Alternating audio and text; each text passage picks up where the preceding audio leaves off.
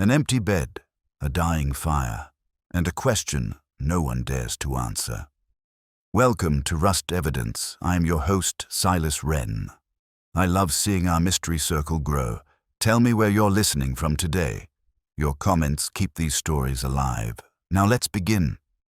It was one of those mornings when the drizzle seemed to have seeped into everything. The curtains, the wool of his overcoat, even the smell of his coffee. Maigret sat at the kitchen table, his large hands wrapped around the cup, staring out of the narrow window toward the opposite building. The roofs were slick with rain, the gutters dripping with the slow persistence of a clock you no longer notice. Madame Maigret was buttering a slice of bread for him without looking up, her movements as quiet and deliberate as the day itself. "You'll be late if you sit like that much longer," she said, but not in a way that suggested she expected him to move. He smiled faintly and didn't answer. The truth was, he had no reason to hurry. There was no urgent call, no commissioner breathing down his neck. For the moment, there was only the warm smell of toasted bread and the faint hiss of the stove. He reached for the butter, more for the gesture than for hunger, and spread it slowly, evenly, as if precision could keep the morning from slipping into its usual demands. Somewhere down on the street, a bus heaved to a stop, the hiss of its brakes mixing with the distant ring of a tram bell. Paris was awake, but softly, as if aware that the clouds would not be lifting soon. The phone rang in the hallway. Not sharply, but with that muted tone of older wiring, as if reluctant to disturb anyone. Maigret's eyes drifted toward it, then back to his cup. Madame Maigret's glance flicked up, curious, but she said nothing. He rose slowly, pulling his overcoat from the chair back before lifting the receiver. "Maigret?" The voice was low, almost apologetic. It was Lucas, sounding as though he'd been standing outside in the rain too long. "Sorry to trouble you so early, Chief. Well, I wouldn't call it a case yet. But the local sergeant here at the Quai d'Anjou thought you might want to see it. A guest house. Not much to it. Only the landlady's a bit uneasy."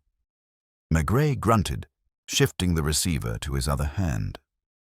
Lucas didn't usually call about guest houses unless something in the air was wrong. "She found the bed empty this morning," Lucas continued, "but it had been slept in. Clothes still in the wardrobe, the fire in the room still warm." "Where?" Maigret asked. "Quai de Bourbon, top floor. The room overlooks the river." There was a pause in which Maigret could almost hear Lucas looking over his shoulder, as if to check the hallway behind him. "She says the tenant wasn't the sort to wander off, paid in cash, never had visitors." Maigret replaced the receiver slowly, then went back to the kitchen for his coat and scarf. "Madame." Maigret didn't ask, but she watched him with that mild, knowing expression she reserved for mornings when his coffee went unfinished. "It's nothing," he said, though they both knew better. Outside, the rain clung to his hat brim as he made his way along the damp pavement, collar turned up. The river was a dark ribbon ahead of him, the smell of wet stone rising from the embankment. Somewhere, in a top-floor room warmed by a dying fire, an empty bed waited. And though Maigret told himself it was probably nothing, he could feel it already. That small, almost imperceptible pull that meant he would not be going back to the office for some time. The rain held steady over the Ile Saint-Louis, a fine, even mist that blurred the outlines of things without quite swallowing them. Maigret crossed Pont Marie with his hat low, the umbrella unopened out of habit. You learned, over time, what rain would soak you and what rain would simply find a way to live on your coat. The river below looked heavy and reluctant, sliding past the greened stone like an animal obliged to move. He paused halfway across and watched a barge shoulder into the current with the patient stubbornness of someone doing a job he hadn't chosen. Then he moved on, boots careful on the slick paving, and turned along the Quai de Bourbon until the guest house revealed itself not by any signboard, but by the hesitation of those going in and out. Lucas waited in the doorway with that expression he wore when he wasn't sure if he'd dragged the chief into something or rescued him from a dull morning. He stepped aside as Maigret came up, his eyes darting toward the staircase, where a thin man in a grey cardigan hovered as if pretending not to listen. "She's upstairs," Lucas murmured. "Madame Rigal says she didn't sleep well. The fire in the tenant's room, by the time she went up, it was still warm." Maigret nodded without looking at him. He took in the floor tiles, checkerboard, worn into a softness where feet turned to climb, the smell of damp wool that never quite left such hallways, a net of spider silk along the banister that had collected the rain off people's coats. A package, string-tied, sat on a small table by the door, addressed in neat capitals, a practical handwriting that suggested someone taught in schools before giving up. The desk held a guest ledger, its cover swollen slightly from years of breathing steam from the street. He opened it without asking permission, his fingers respectful as if turning a hymn book. Lucas didn't protest. The entries were dutiful but not meticulous. You saw where the cutter's blade had nicked the page edges years ago, and where someone, probably Madame Rigal, had ruled faint pencil's lines, then given up. Names, dates, amounts. The last entry 3 days before. I'm Monsieur Louis Armand. 2 nights. Cash. The ink had a pale, watery look, as though the pen had been running out. Maigret ran his thumb over the faint ridge the nib had left, a habit more than a gesture, searching for the feel of another hand's pressure. "Armand," he said gently. Lucas grimaced. "A name out of a hat." "She thinks it was false." "They usually are," Maigret said, and closed the book softly. "Have we his papers?" "She says he had no valise any larger than a school satchel. No letter, nothing she saw. He paid for the first night in coins, the second in a note." "A frugal man, then," Maigret said, "or one who wanted to be seen as frugal." They went up slowly. The staircase was narrow and complained in a domestic way, the rails polished where generations of hands had tried not to listen to the noise their own step made. On the second landing, a door opened, and an elderly woman with a scarf tied under her chin peered out, then retreated when she saw Maigret's bulk and the set of his mouth. It was a house like many houses. The air held a mixture of boiled cabbage, coal smoke, and the moist sweetness of old wallpaper after a rain. Somewhere, a clock ticked without commitment. Madame Rigal was waiting on the top floor. She was near 50, compact in the way of a woman who carried things her whole life. Baskets, ledgers, obligations. Her cardigan had a neat mend at the elbow. A man might never have noticed it, but her own hands brushed too often over it to let it go ragged. She looked at Maigret not with fear, but with the steady anxiety of someone who had summoned a doctor and now regretted the trouble. "It isn't that I want a fuss," she said before he spoke. "I told the sergeant. Perhaps he simply left. Only—" She made a small gesture, palms up, as if to show she had nothing in her hands to prove a thing, only the sense of it. "We'll look," Maigret said. "Show me the room." She led them down a short corridor to a door whose paint had been renewed in a glossy brown that lied about how long ago it had dried. She knocked out of habit, then turned the key she wore on a ribbon and stood aside. The room was what one expected. A bed, a narrow wardrobe, a small table with a wash basin, a chair with a bruise on the cane seat. The window looked directly over the river. You could have reached your hand out and felt the breath of the water if the glass would allow it. The fire in the small grate was no more than a memory now. Grey ash with a darker core where the last coal had sighed itself out. But the air still had that baked smell that clings for hours after warmth has left. Maigret stood and looked, and if he moved, it was only from his center, a man adjusting his weight to take everything in with the least disruption. The bed had been slept in, sheets strained into the shape of the night's body, an impression on the pillow that had not yet fully risen. Someone had smoothed the blanket afterward, but not with care, more like a person who looked once over his shoulder and did not want to think about it again. He went to the wardrobe and opened it. The hinges argued a little, then gave in. Inside, a dark overcoat hung beside a lighter jacket. The heavier one had a gloss at the cuffs where it had rubbed too often against a desk edge. The other was cheap, the sort of thing a clerk buys for spring and then wears into autumn out of habit. On the floor, shoes placed heel to wall as if their owner believed in being found orderly. The soles were not caked with the street. Maigret bent with a small grunt and put his fingertips against the leather. He looked at the edges, still faintly dusty from the room rather than from outside. He put one shoe to his nose without ceremony, freshly polished, not perfectly, the smell of wax more than of effort. "Who polished these?" he asked. Madame Rigal colored. "We have a boy come evenings for small chores. It happens sometimes for a few sous, but I didn't tell him to. She stopped. He had not accused her. "I don't like to see things shabby," she finished stubbornly. He set the shoe down exactly as he had found it. On the chair by the window, a newspaper lay folded to the classifieds. There were grease spots in the margin, as if a thumb with some bread and sausage on it had turned the page.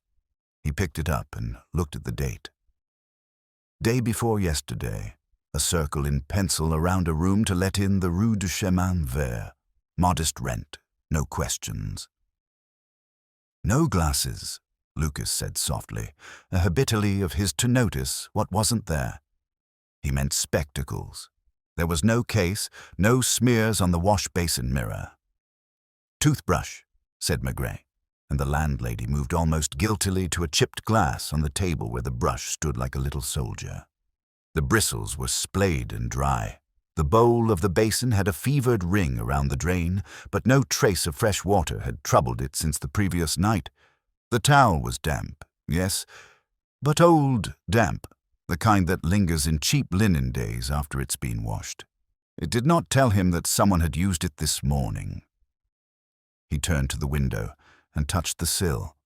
Condensation had made a small lake along the wooden groove. Someone had opened the casement not long after rising, then closed it again from the outside air. He lifted the latch, eased the pane, and let a thin rush of river chill come in. The smells were plain and unhelpful. Water, coal, the faint iron of rain. "Missed his breakfast?" he asked, without turning. "He asked for none," said Madame Rigal. "He never came down to the kitchen. The first morning I sent up coffee. He didn't open the door. Later he apologized. He said he preferred to eat at the cafe." "Which cafe?" I asked him, but he laughed as if I'd made a joke. "He laughed how?" Maigret asked. She considered, surprised at the question enough to give a real answer. Not ridicule, as if he'd been expected to give a name in another life and had forgotten it. A tired laugh. "And friends?" "None that I saw. He carried a satchel. He put it under his bed." "I didn't look," she added quickly, in the tone of someone admitting what she had always done in every room for her own peace and now wanted not to be judged for. "He wore his coat too long indoors, as if to leave would be less trouble if already dressed."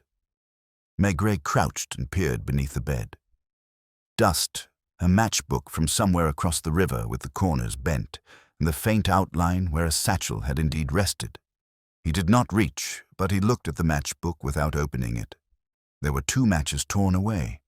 He set it on the table. "Any letters brought?" he asked. "Any parcels?" "The postman," she said, "does not come for my guests." There was. She glanced toward the doorway, then away. "There was a young woman who asked for the top floor 2 nights ago. I said no. I said I had only a gentleman. She said she had the wrong house and went away. She wore gloves with the hems unstitched. Someone had cut them to fit better." "Describe her," Lucas said, pen out now, the official in him waking. "Not pretty," said the landlady, and then flushed as if that were a crime. "Tired. A typist or something like it. A person who eats standing up." In the fireplace, The ash made a sound like paper when he stirred it with the poker that leaned against the wall. There were the remains of a small coal and something else. Rolled paper, burned quickly. The char left a lighter skeleton in the ash, like the ribs of a fish after you've eaten it. Business paper, perhaps. The fibers were too regular for a novel, too stiff for a letter. He let the ash fall back and dusted his hands together, a gesture almost indulgent. He didn't leave early, Maigret said, and the landlady blinked. No? If he had, the bed would be made properly because leaving can be an event, and people make a ceremony of it. Folding, placing, farewell tidiness. This, he pointed at the vague smoothing, is the hand of someone who woke, decided something, and then remembered not to look back. He closed the window because habit is stronger than decisions. He left the toothbrush because he meant to come back. But he didn't, Lucas said. Yet. Maigret glanced at the door. The stair creaks at the second step from the top. It does, said the landlady, startled. And you heard nothing? Not in the night, she said, more uncertain now that there were holes in her certainty. I sleep. A little. By the kitchen because the pipes bang if I do not turn the tap after midnight. It is not a house that allows secrets, she said with a faint bitterness. Only little ones. He looked again at the shoes. Dry. He let his gaze travel to the umbrella stand by the door. Empty. The coat in the wardrobe was a winter one. On the table, beside the matchbook, a crumb or two that spoke of bread bought around the corner in a hurry, without the pleasure of it. Who else knows he's missing? He asked. No one, she said quickly, as if that were a relief. I came up at 8, as I do, to open his window a moment. It was warm from the fire. I touched the bed and thought, he's gone early, to work. But the shoes, the coat, she spread her hands again. I do not like to have gone into a room where I shouldn't have. I came down, I waited. Then I sent the boy to the quay to look for him. The boy is slow. At 10, I telephoned the sergeant. Maigret nodded, neither approving nor condemning. He went to the window once more and stood looking out at the river. A woman with a red scarf crossed the bridge and disappeared into the fog that gathered at the far end, like a secret the city had decided to keep from itself. He rubbed his thumbs together absently, then turned back to the landlady. If he returns, he said, do nothing but let him come up. Don't ask where he has been. Don't change anything in the room. Lucas will sit across at the cafe and take coffee until the cafe owner grows suspicious of his taste. I'll stay here a little. There's a chair, he added, as if granting himself permission. Lucas looked at him, then at the chair, then at the landlady. You want me to? From the window you can see the door, Maigret said. So can I in the glass when I stand here. But people show different faces to the river and to the street. It's not the same. Coming toward water or away from it. He gave the faintest shrug, as if the philosophy of streets were a private joke between him and Paris. They went down to the landing together. The thin man in the grey cardigan had not moved or had managed to return to his place without being seen. He watched Maigret with the tense anticipation of someone who wanted very much to be useful but feared the price of being asked. Maigret paused one step above him. You have lived here long, he said, not a question. Since before the war, the man said, as if that excused every stain on the carpet.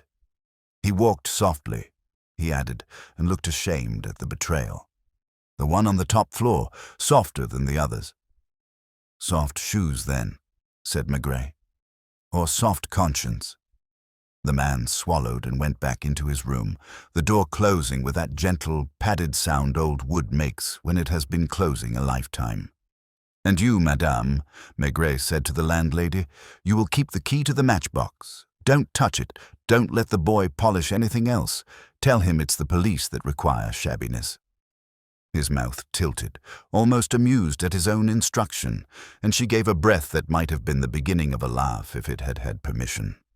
In the room again, alone now, he lowered himself onto the chair, and let the room settle around him. There was a weight to empty spaces that people leave behind when they are not yet done with them. The bed, the shoes, the dried toothbrush, the faint smell of coal and bread. A life had slept here, breathed here, decided something here. He lit his pipe without thinking, then remembered he had promised Madame Maigret. He took it from his mouth unlit and turned it in his hands instead, as though the wood itself might rise and speak if given patience. Below, a door scraped and the street sent up its usual noises. The squabble of a deliveryman's voices, the complaint of a bicycle bell, the soft slap of tires in rain. He sat and let time do its work. It was how he knew people. It was how rooms told him what the people had been trying not to admit. He looked at the ash once more. Burned paper. 2 matches gone. A satchel's mark under the bed. The newspaper with the circled room. A typist with gloves undone at the hem. It was nothing, and it was enough. He closed his eyes briefly, not to sleep but to listen with whatever part of himself was not impatient to solve anything. Somewhere in that quiet, a picture began to take on shape. A man who had tried to arrive without arriving, who had made himself small, who had been careful with appearances and careless with return. The bed smoothed with the hand of someone who didn't wish to insult a landlady. The window closed because it is good manners to keep the heat in. He had not gone to the office. He had gone to the river or to a cafe or to a woman who ate standing up. Perhaps he had come back already and left again, and that second leaving had been the true one. The floorboard near the door made a sigh as the house adjusted in the damp. Maigret opened his eyes and watched the glass. Behind him, in the faint reflection of the window, the shape of the door held steady like a promise. If the missing man returned, he would see himself doubled, the river and the room. People could not help prefer one to the other. He would watch which one he chose, and after, if he did not come, there would be the cafe, where Lucas would sit under the cracked mirror and order coffee he didn't want, and the owner would complain about the weather and talk about nothing, and in the nothing, a word would slip, and the word would be enough to start the day's true work. The sound of the rain softened until it was no longer a sound, but a presence, a light tapping in the bones of the old house. Maigret stayed where he was, elbows resting on his knees, his large hands hanging loosely, pipe stem balanced between the fingers, though it remained unlit. He could feel the room settling into its own stillness, the way rooms do when they realize no one means to leave just yet. A faint draught found its way through the crack of the window frame, enough to carry the smell of the river's skin. Damp stone, iron, and something faintly sour that might have been algae or forgotten rope. From the street below came the muffled shuffle of footsteps, slow and unhurried, like someone with no particular appointment except the one they had with the weather. He didn't move. The door stayed closed. The steps passed on, fading into the rain. Somewhere further down, a shop bell rang once and then again, sharper, as if an impatient customer had announced themselves twice. He turned his gaze back to the bed. There was something about the way the blanket was drawn up, a hesitation in the smoothing. A man would make it that way if he wanted to be polite but not thorough, as if returning later would make any perfection a waste of time. In the stillness, he imagined the missing man waking in the half-light, sitting on the edge of the bed, staring at the fire while it still had a pulse, perhaps thinking of the cafe he claimed to prefer, or the typist with the cut gloves, or the circled advertisement for a room on the Rue du Chemin Vert. The matchbook caught his eye again. He reached for it, flipped it open with a thumb. 2 matches missing, yes, but also a faint oily stain along the spine, as if it had been kept in a pocket with something metallic. He rubbed the paper, then set it down exactly as before. People often kept matches for habit, not use. 2 matches gone might mean 2 cigarettes or 2 small fires. Letters, perhaps, or something more official. A knock sounded, tentative. Maigret rose, the chair giving a small groan of relief at his weight leaving it. He opened the door to find the thin man from the landing again, cardigan buttoned to the throat as though he'd been caught out in the cold. "I didn't say before," the man began, glancing down the corridor in the direction of the stairs, "but I heard something. Not in the night, this morning. Early, before the milk." Maigret waited. The man's eyes shifted toward the floor, then back to the inspector's face, as if gauging whether he'd be mocked. A woman's step. Not like the landlady's. Lighter, and the creak, you know, the one on the second step from the top. Then nothing. No knock, no voices. Just that. Maigret studied him for a moment. "What time?" "Must have been 6:30. I woke to the pipes groaning. They do that when someone runs water downstairs." "You looked?" The man shook his head quickly. "If you look, people notice. I learned long ago not to notice what people might ask you about later. But I remember the sound." "Thank you," Maigret said, and the man seemed almost disappointed at the brevity, but retreated without another word. Closing the door again, Maigret lit his pipe this time, the match flaring briefly before it was shaken out. The tobacco's first draw filled the air with its heavy, consoling scent. A woman's step, 6:30, the typist's gloves, the missing satchel. Through the glass of the window, he caught movement across the street. Lucas was seated in the cafe as instructed, hunched slightly over a cup. The mirror behind the counter caught his reflection twice, and beyond it the door to the street. The cafe owner, a short man with a thick black mustache, leaned on, the zinc counter speaking to a delivery boy, gesturing with a loaf of bread. Maigret tapped the ash from his pipe and decided the room had given him all it would for now. He left it as it was, locking the door behind him with the ribboned key Madame Rigal had given him. On the stairs, the smell of boiled coffee rose from the kitchen, thin and bitter, the kind made by someone who never drinks it themselves. Madame Rigal was in the hallway, polishing the brass around the mail slots with a rag. She looked up, eyebrows raised in inquiry. "You've had guests ask for the top floor before?" Maigret asked. "Sometimes," she admitted. "It has the best view of the river, but I prefer to keep it for quiet tenants. People who don't bring trouble." "The young woman, when she came 2 nights ago, did she give a name?" Number just asked if it was free. "And she looked tired," she repeated. "A face that doesn't get enough light." He nodded, then stepped out into the street. The rain had eased into a fine spray that clung rather than fell. He crossed to the cafe, the bell above the door giving a single chime that made the owner look up. Lucas straightened a fraction, pushing his cup aside. "No sign of him," he said quietly, before Maigret could speak. "Keep watching," Maigret replied, but sat down across from him for a moment, his hat resting on the table. The warmth from the stove behind the counter seeped into his coat, carrying the smell of scorched milk and wine vinegar. "The owner," Maigret said, raising his voice slightly so the man behind the counter could hear, "was here early."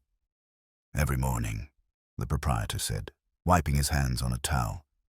"I live above." "You see much from that window?" Maigret asked. The man shrugged. "Enough. The river, the quay. Not much happens." "This morning?" The shrug came again, but slower. "A woman went in over there. Tallish, dark coat. Didn't stay long. Came out alone. This would have been, before 7. She crossed toward the bridge. Didn't look around. Gloves. Couldn't say. She had her hands in her pockets." Maigret ordered a small beer, more to give himself a reason to remain seated than from thirst. He sipped it slowly, the cold of it settling in his stomach. Across the street, the guest house door remained closed. The thin man's window was dark. When the beer was gone, he told Lucas to stay put and rose, heading in the direction the cafe owner had indicated. The bridge loomed ahead, its wet stones shining like fishbacks. On the far side, the streets branched in the quiet, unshowy way of Parisian quarters untouched by tourists at this hour.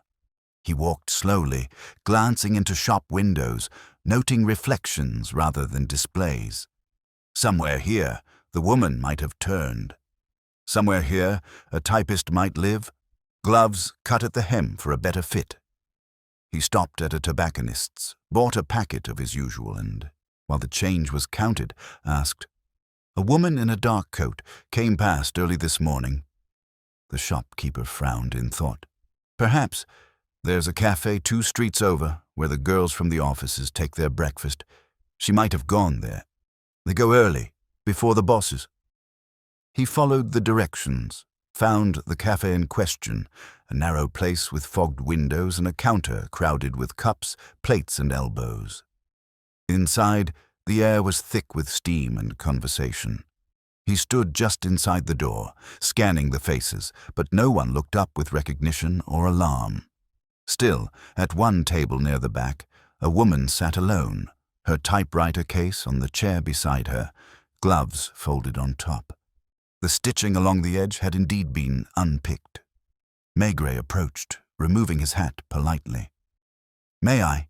he asked, gesturing to the empty chair opposite her. She hesitated, eyes narrowing slightly, then nodded. He sat, resting his hands on the table.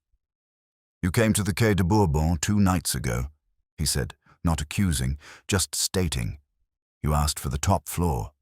Her eyes flicked once to the gloves, then back to him. "I thought it was the wrong building." "You were looking for someone," he said. A faint line appeared between her brows. "You're the police." He inclined his head. "Maigret." She looked past him toward the street as though measuring the distance to the door. Then she sighed, not in defeat, but as if something she had been holding up inside her had grown too heavy.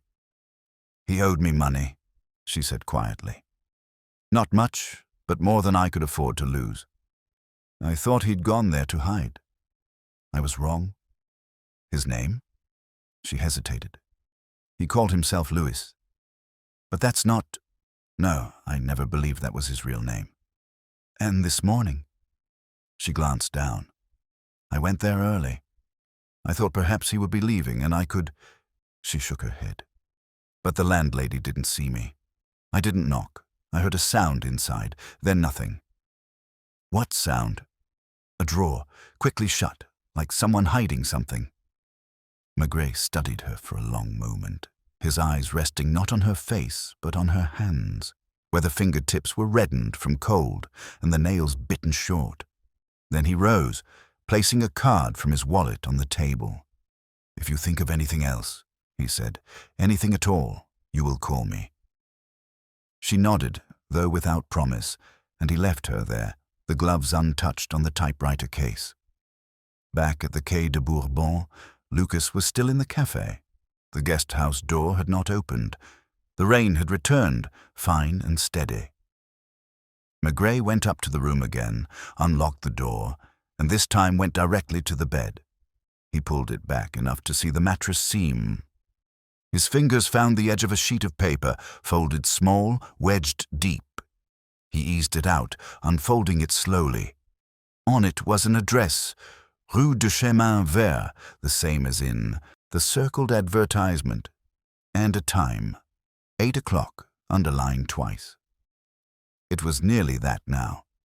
He slipped the paper into his pocket, smoothed the blanket, and without another glance at the ash in the grate or the shoes by the wall, went down into the street, his pace unhurried but with that sense of inevitability that always came when the path began to take shape on its own.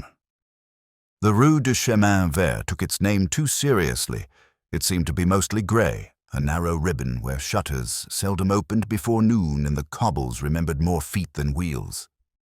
Maigret walked without haste, the paper in his pocket growing warm from his hand, and counted the numbers without looking as if he were counting them. He had been here often enough to know that people watch the faces of men who look as though they are looking for something. It was 3 minutes to 8 by the clock above a baker's shop. One of those round faces that seems to have kept time even through closures and rationing. The smell of warm bread made its brief argument and lost. The address proved to be a courtyard building with a passage that insisted you lower your head a little as you passed through. There was a bellboard studded with small brass plates, most of them tarnished to a green that made the names look like suggestions more than certainties.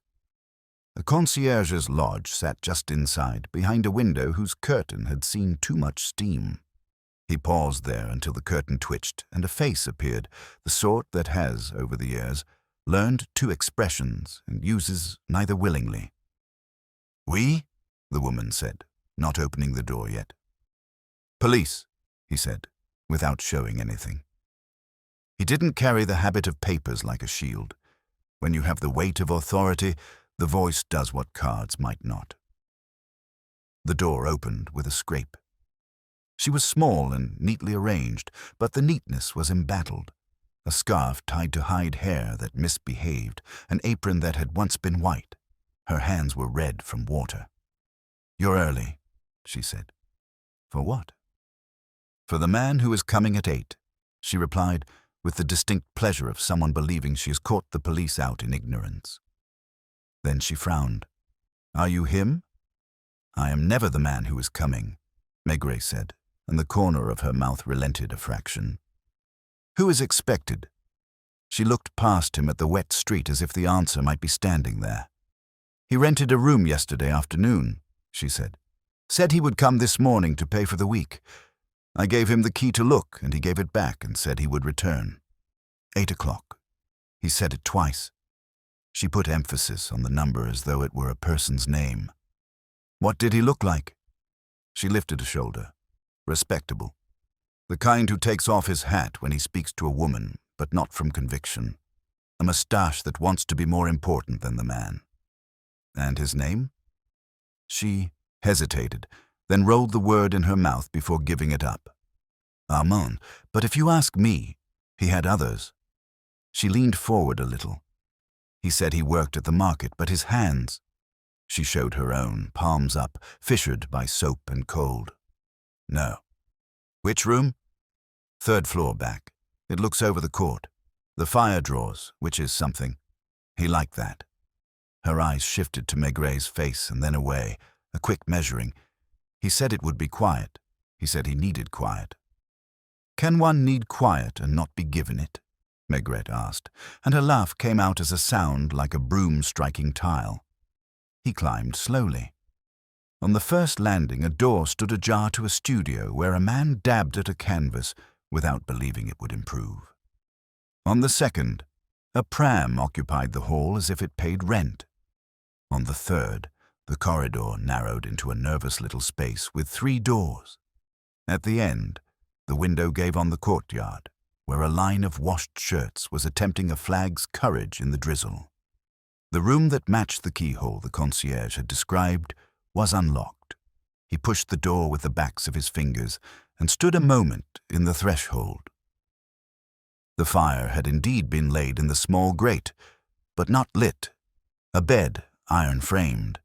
A chair that had been moved a little from where one would ordinarily put it.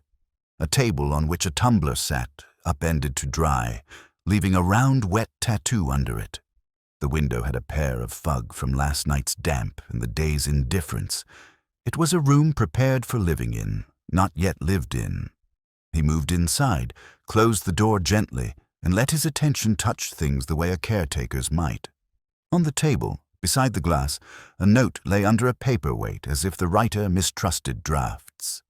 He lifted the glass and read it without picking it up. 8 o'clock, it said in careful capitals, and below it, "Ask for the upstairs room." The script was familiar, not the handwriting from the guest house ledger, but the same mannerisms. Anxious neatness, the kind of hand people adopt when they have been told too often that their natural one is unacceptable. He put the glass back and thought of the string-tied parcel on the Quai de Bourbon's hall table with its neat capitals. He felt it the way a fisherman feels a line go taut a long way off. A footstep sounded in the corridor, light, quick. He looked up in time to see a shadow pause at the transom, then a knock 2 times with the politeness of someone who doesn't quite want an answer.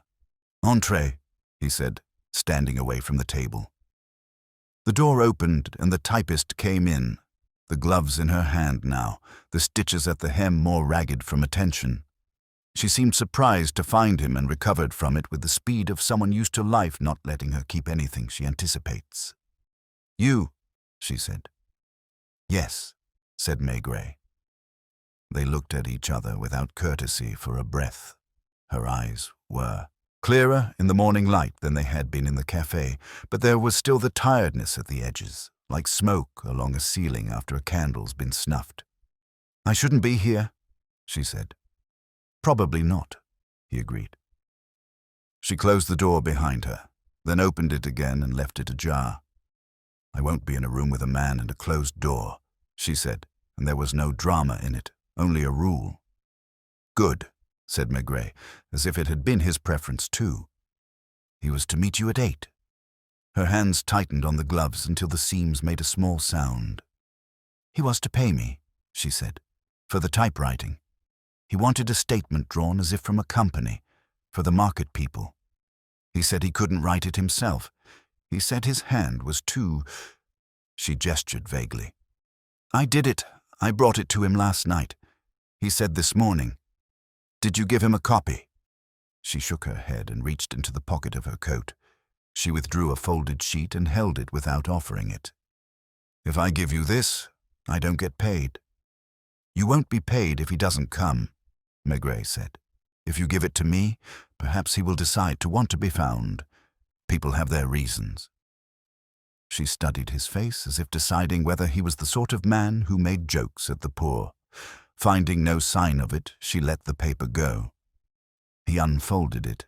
It was indeed a statement. On a blank sheet, neat, with invented letterhead that pretended to be a firm, Société d'Approvisionnement Généraux, amount sum to an even figure that would wash clean against a ledger. It would persuade someone who wanted to be persuaded that goods had changed hands in the ordinary manner, and money should be allowed to pass in step with it. "This will make a debt appear owed where perhaps one is not," he said. "It will make a debt look respectable," she corrected. "That's not the same thing as not owing." "Who is the someone who needs persuading?" She hesitated, then turned her head as if listening to the house. "A man called Bernier," she said. "He lends small money to the market stalls and believes himself a judge of character. He likes paper because he can hold it up when he raises his voice. And Louis," Maigret said, using the name she had used, "wants Bernier to believe that a firm owes him, not a man." She nodded. "He said if he had the paper, he could trade days for days. He said it was only time he needed. People always say that when what they really need is permission." "And you?" Maigret asked. "I need payment," she said, with the faintest lift of the shoulder. "And to be rid of him." "You aren't rid of him," he said without reproach. A shadow moved in the corridor outside. She looked toward it quickly, hope striking and dying in her face in the same second. It was the concierge passing with a bucket. "You saw him last night?" he asked. "I saw him as a shadow. I left the paper here under the glass because he said he might be late from the market. He would bring the money early," he said. "He said 8 as if I were a clock. And you came to collect, and to be done." She opened her mouth to answer, then shut it. "Did you find his satchel?" she asked instead, and it was as if the question had escaped, surprised to hear itself in the air.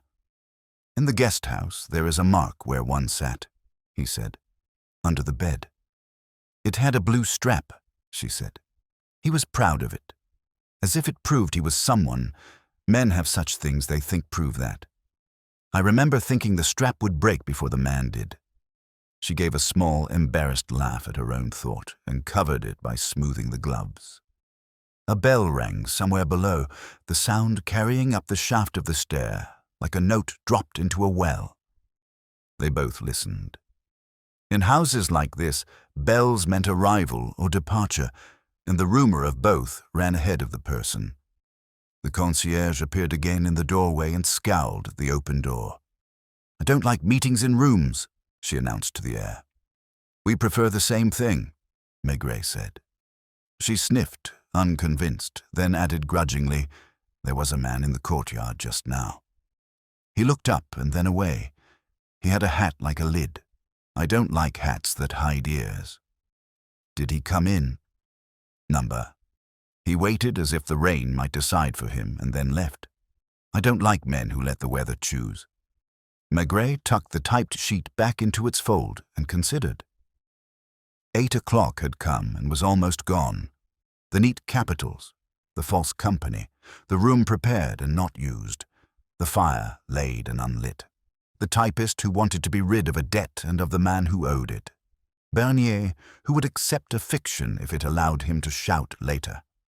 And somewhere between the Quai de Bourbon and here, a set of footsteps at 6:30, a drawer shut softly, 2 matches torn away to burn something that protested by leaving a ghost of itself behind in ash. He turned to the typist. If he telephoned you, he said, where would he call? I haven't a telephone, she said with a calm that suggested she was used to saying it. He sends me notes through the boy at the tobacco shop around the corner from his place. The boy likes to feel in the middle of things. He wears a cap too large for his head. Maigret looked at the concierge. We'll be out of your corridor, he said. No meetings will take place in rooms. She made a noise that might have been approval and retreated toward the comfort of her kettle. The typist followed Maigret down the stairs, every step careful, as if she were unwilling to commit her weight to a house that belonged to others. Outside, the drizzle had thickened. The courtyard exhaled a damp, the way old lungs do in winter. At the tobacco shop, the bell gave a brave jingle. The boy was behind the counter, his cap indeed ambitious in its hopes for his skull. He looked at Maigret with the sharp, unafraid interest of a child who has decided that the police exist to make his day more interesting. You take messages? Maigret asked. I take and I keep, the boy said, then grinned. For the right people. The right people would be those who pay you to keep, and the righter people those who pay you to give, Maigret said, and the boy's eyes filled with a quick respect. There's nothing today, he said. But yesterday. He ducked under the counter and came up with a small sheaf of smudged papers, sorted with a precision that would have moved a lesser man. He had one, the man you're asking after. He signed it L. He always signs like that, as if more would make him tired. What did it say? The boy hesitated, then recited to show that he could. 8, Chemin Vert. Quiet door. Quiet door, Maigret repeated. The side entrance, the boy said, pleased to instruct. If you come by the side, the bell doesn't ring. It is a thought for those who don't like the concierge. He leaned forward conspiratorially. He didn't want to be seen arriving. He said that last time. He always says that with the words about quiet. And he spoke of a blue strap, the typist said, surprising them both. The boy's head jerked to her. He was proud of it, the boy said with the accuracy of children. And he asked if we had the matches with the old bridge on them. He said he liked the picture. He looked suddenly solemn. He liked to burn the picture. Maigret bought a small packet of those matches and put them away. When they stepped back into the street, the typist drew the coat closer at the throat. You will find him? She asked, not with hope, but with a need to attach the question to someone larger than herself. I will look, he said, and sometimes looking is enough for people to decide to be found. They walked back toward the courtyard in a silence that had nothing to do with companionship. Near the passage, a stall holder was arguing with an invisible buyer, practicing his indignation for later. Above them, the windows watched. At the building's corner, a man's hat slipped out of sight, quick and cautious. Maigret didn't quicken his pace. He did not like to run to meet a truth that had made up its mind to be slow. He stopped by the passage and lit his pipe, letting the first draw establish a small island of warmth in the damp. In the smoke's curl, he watched the reflection in the shop front's glass rather than the corner itself. The man waited, then returned, and this time Maigret saw his face in the warped mirror of the pane, the kind of face that believes in collecting things, debts, grievances, hats. Ears hidden, as the concierge had said, a moustache that took itself seriously. Bernier, the typist whispered, and the name settled between them as if it had been expected. The man paused as if he had heard his own name spoken at the wrong moment. He looked toward the courtyard, toward the stairs, toward the windows where a woman leaned with a cloth, not wiping, but observing. Then he set his shoulders and came on, not toward them, but toward the concierge's lodge. "Go home," Maigret said to the typist, not unkindly. "Work. Be somewhere that makes sense for you to be." She hesitated.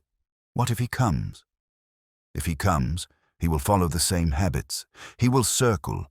He will not come straight. He will like side doors and quiet bells.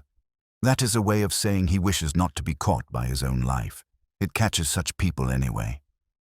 She went, leaving the smell of cheap wool and cold hands behind her, and Maigret watched Bernier's back as the lender spoke to the concierge with the impatient politeness of men who need permission from those they consider beneath them. The concierge listened, nodded as if to humor a scratching dog, and pointed up the stairs with the same finger she used to test if a pot was boiling. The room at the back was still as they had left it, the paper under glass, the fire laid like a promise. Maigret stayed on the landing and listened. He heard Bernier's steps go past the room, then stop, then come back as if the man had turned his own thought in his hands and found it fit better this way around. The latch lifted. Silence. The sound of a chair being drawn a fraction to the left, and then back again, a man staging a scene for himself. Then another sound. The soft slide of a drawer. It had the exact quickness the typist had described from earlier. A man who hides something does not close a drawer quietly. He closes it fast, as if speed was secrecy. Maigret moved then, not hurriedly, but with the inevitability of someone who has learned when a moment chooses itself. He filled the doorway like weather. Bernier looked up, and the moustache seemed to retreat a little from its duties. "You're early," Bernier said with false good humor. "For what?" Maigret asked, and let the smoke from his pipe find its own way into the room. The note under the glass stayed still. The fire waited to see whom it would warm first. The drawer was shut, yes, but the dust along its edge told its story. In the quiet that followed, nothing was dramatic, and yet something in the balance of the room shifted, almost imperceptibly, toward whatever the day had decided must be next. Bernier's hand was still resting on the drawer, not gripping it, not withdrawing, just there, as if unsure whether to finish the gesture or pretend it had never happened. His eyes narrowed slightly at Maigret, trying to measure how much had been seen. The moustache did its best to stiffen the man's face into defiance, but there was the smallest hesitation, a flicker of calculation behind the eyes that gave him away before he spoke. "You make a habit of walking into other men's rooms," Bernier said, but his tone had less heat than the words. Maigret stepped further in, his bulk filling the narrow space, so that Bernier had to draw back an inch to keep the distance. He glanced at the chair that had been moved earlier, then at the paper still resting under the glass on the table. "It isn't your room," he said mildly, and that truth settled between them without hurry. Bernier gave a short, dry laugh. "You're here for the same reason I am, then. To find him. And you expected him to leave what you wanted in that drawer." Bernier's eyes flicked to it involuntarily. The kind of glance a man gives the door to a safe when someone else is in the room. "He owes me. A small man with small debts is trouble enough, but a small man who thinks he can vanish, that's a bad investment." "And yet you came early," Maigret said, his voice almost idle. "You didn't want to meet him." Bernier shifted his stance, one foot half a step back, as if preparing for retreat without admitting it. "Better to take what's mine than to haggle. I thought he might leave something, papers, a name. He's been clever with names." "Armand," Maigret said, watching Bernier's mouth for a reaction. Bernier's lip curled faintly. "This week, yes. Last month it was Desmoulins. Before that, who knows?" "And the satchel with the blue strap?" Maigret asked. Bernier blinked slowly. "Ah, you've seen it."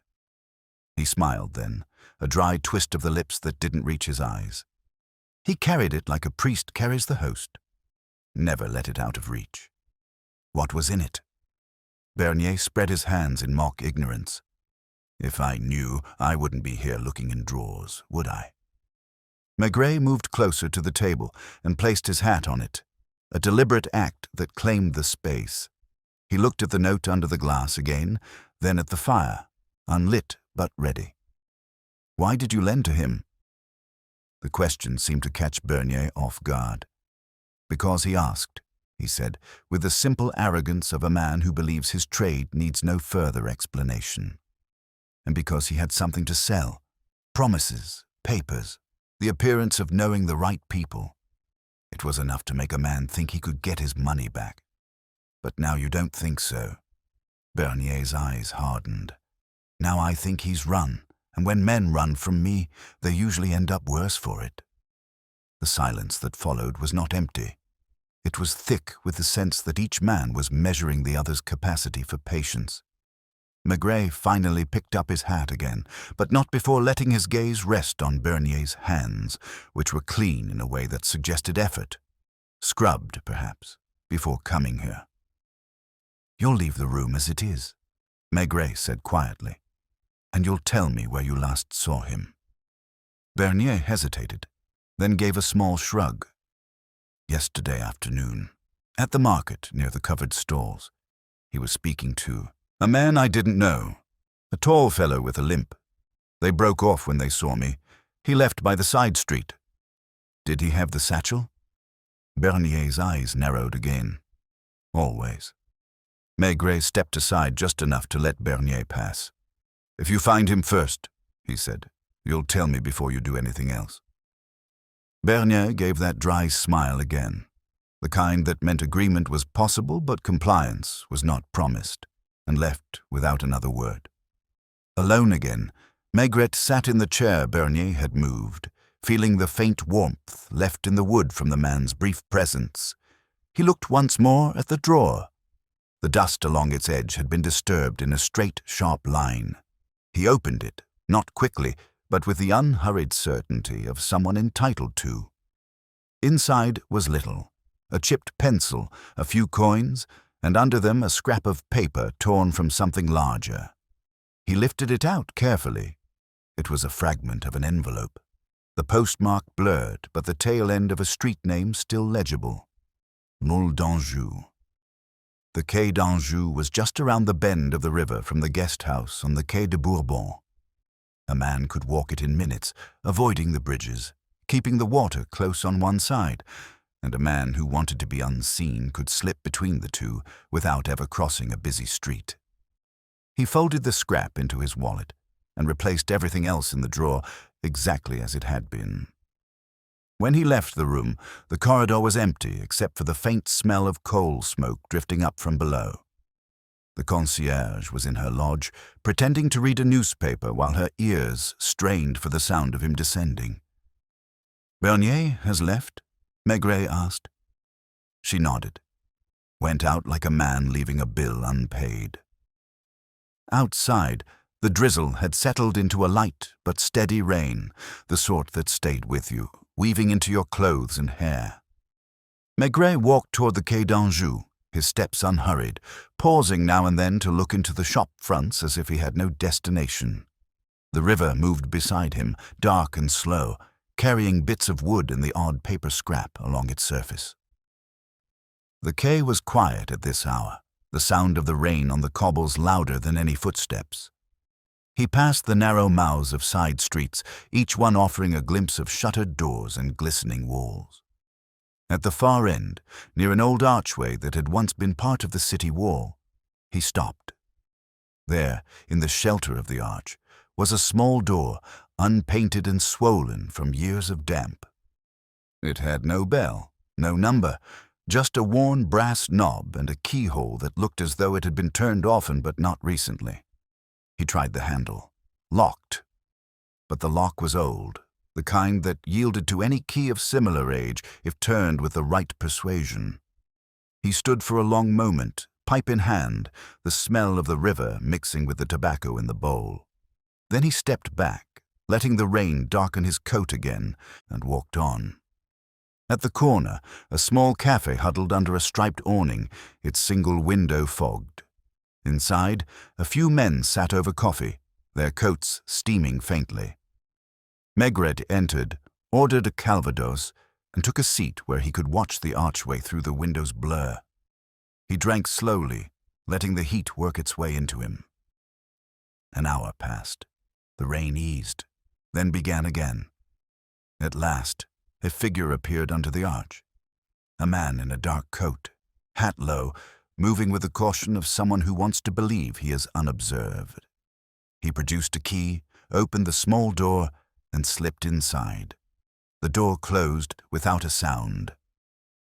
Maigret left money on the table and stepped back into the rain, crossing the cobbles with the quiet certainty of a man who already knew what he would find behind that door, or perhaps, more importantly, what he would not.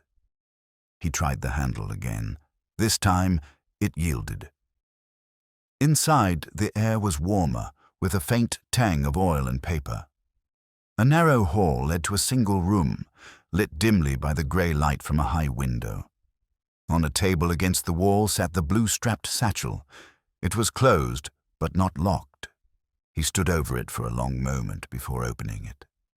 Inside were papers, some typed, some in that same careful, anxious handwriting. Receipts, letters, and at the very bottom, a passport. The name was yet another. André Vanel.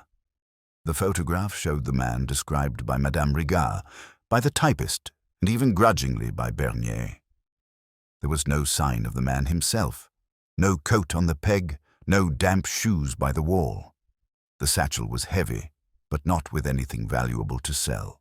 Only paper, and the kind of paper that, in the wrong hands, could become more dangerous than coins. He closed it again, left it where it was, and stepped back into the hall. The door shut behind him with a dull thud. The rain had stopped, and the river lay flat and silent as though holding its breath. Somewhere between the guest house, the Rue du Chemin Vert, and this quiet door on the Quai d'Anjou, the man had found a way to disappear. But men who disappear often leave more of themselves behind than they think. Maigret knew the day would come when he would have to decide which trail to follow, the paper, the people, or the silences between them.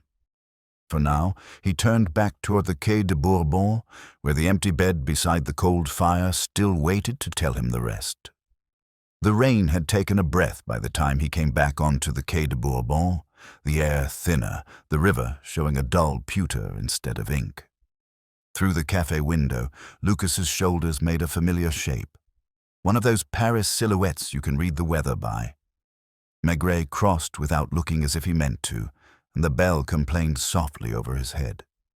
"Nothing?" he asked, not because he expected anything, but because the asking put the morning back in its place. Bernier came out of Chemin Vert looking as if the concierge had shorted him on a blessing. Lucas said. He sat there. He tilted his head toward a table. Long enough to make the owner wish he'd ordered a second coffee. Then he went toward the bridge.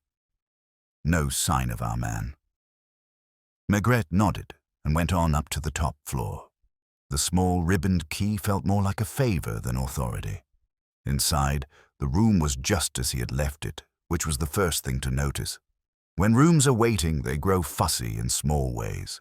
The curl of a page, a bed that resettles its creases. This one had the patience of a place only recently emptied. He stood with his hands behind his back and looked, and, because looking has a rhythm, what had been invisible before became merely shy. On the floor near the bed, at the angle where a man would put a bag down to reach for his coat, the boards bore a faint crescent, not a dent, but a darkening, dye rubbed and taken away by wood older than the man who had brought it. He crouched and touched it. When he straightened, he opened the wardrobe again and this time put a finger lightly along the inside of the door where the edge of a strap might have brushed. A smear there too, so faint that only habit would have called it a smear. He held his finger up, and in the light by the window it had the suggestion of blue. He shut the wardrobe and, without thinking he'd find anything, slid his hand along the underside of the bed's metal frame where dust lays, claims no broom disputes. His knuckle grazed something soft. He pinched it out. A twist of rag, grey with years of other people's cleaning, streaked along one edge with the same ghost of blue.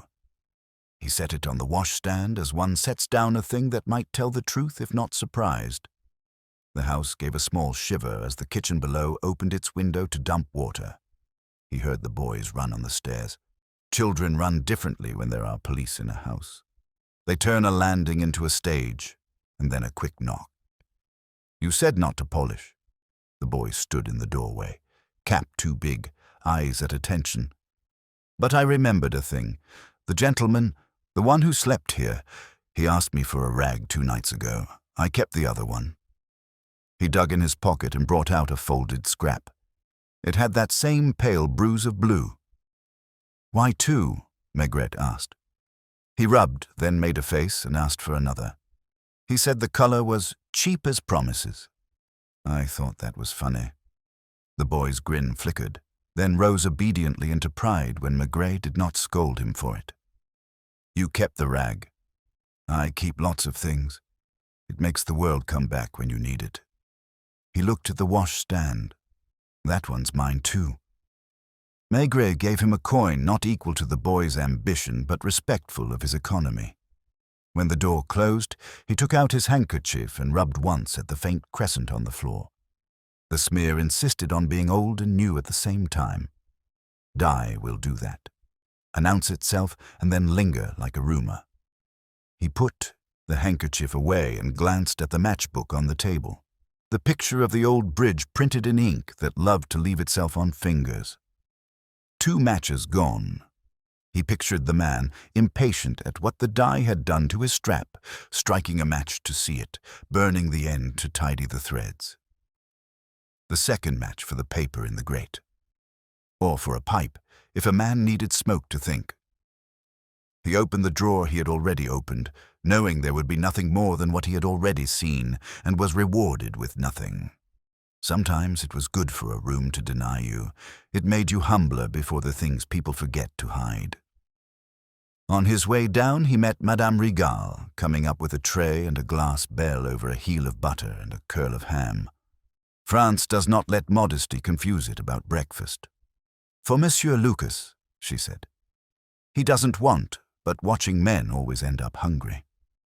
"In the night," Maigret said. "The water in the pipes. Did they complain?" "They always complain, but this morning before light, 6:30 perhaps, I heard the tap in the scullery turn and then not turn, like a hand that doesn't know whether to wash or to make noise. I listened. Then nothing." She looked at his pocket as if the answer might fall out of it. "You told me already a woman went up then," he said. "I told you I heard a woman's step," she corrected, too honest for her own nerves. "But to tell the truth, these stairs make everyone a little feminine." He smiled, and she allowed herself to answer it as one answers a priest's joke. Gently, because perhaps it's about God, and perhaps it isn't. In the hallway, the old telephone sat on its little table with its cloth embroidered to keep the varnish from catching at the metal. He dialed the apartment and listened to the slow pulls, the line's small salt smell. "You ate nothing this morning," Madame Maigret said without preliminary, and he could see her, though he was facing the rain-dark wall, the apron hanging straight, the hand over the receiver because one doesn't trust wires. "I had a beer," he said, because it was accurate and not important. "At this hour," she said, "with the indulgence we reserve for men, we have decided are worth saving from themselves. Do you remember last winter, when your blue scarf stained the collar of your coat after the rain? You came home looking as if you had let a child draw on you. I rubbed it with salt. It lifted a little." Said Maigret. "Salt. You will be late for lunch," she said, transferring the news to him as if it were her own lateness. "I will be late for being late," he said, and she made the small sound that belongs to wives and cats when they pretend not to be amused. When he put the receiver down, The thought she had lodged without knowing it tucked itself neatly beside the rags. Blue that lifts if you know where to look. He went back across to Lucas to tell him to hold his place, and then turned toward the Rue Saint-Paul. A laundry, he remembered, was there out of habit, not casework. The woman inside had arms like a life's work and a voice that did not belong to anyone in particular. A dark suit, he said, giving no name. Pressed in a hurry, perhaps yesterday. A blue dye that didn't trust its seams. She pursed her lips as if tasting a memory. We had one. It bled on the towel. He scolded as if I had asked it to. That was last night. He wanted it for today, but we are not magicians. Did he leave a tag? She found a line of cardboard squares on a nail and flipped them the way a woman shuffles gossip. 28. Vanel. She said the name as she saw it, without knowing what worlds it had just unbuttoned. He came alone? She weighed truth against kindness. There was a girl on the pavement who would not come in because she had a bad coat. She watched through the glass. He showed her the cuff and laughed. Men laugh like that when they are proud of what doesn't belong to them. Was the suit good? Good enough to make a poor man vain and a vain man poor. She handed him the towel she had sacrificed. You see? The faint ghost of blue lived there too, the way colors live in old cloth. He left it with her. One doesn't carry other people's stains around, and went back toward the river with his pocket a little heavier, with the knowledge that Vanel had wanted to be a man with a clean line at his shoulder. At the cafe, Lucas put down his fork as if surrendering to better orders. Bernier has put a man near the corner, he murmured. Big coat, small eyes. Let him watch, Maigret said. He will watch the wrong thing. He told Lucas about the small door on the Quai d'Anjou, the satchel breathing among papers, the passport with a photograph that did not know what to call itself. Put a man there, he added, not to arrest the satchel, to see who dares to claim it. And here? I'll sit a while. He went upstairs again with the small satisfaction of a man who has found enough to justify patience. In the room, he pulled the curtain a little and stood in the window's reflection so he could watch the door behind him without appearing to. The matchbook lay where he had left it. He flicked it once and then didn't strike. Smoke without fire does not help thinking. Time passed in the way it does on wet mornings when a city decides to be kind to itself. Someone on the landing coughed like a chair, complaining. Far away, a barge answered another with a horn as round as bread.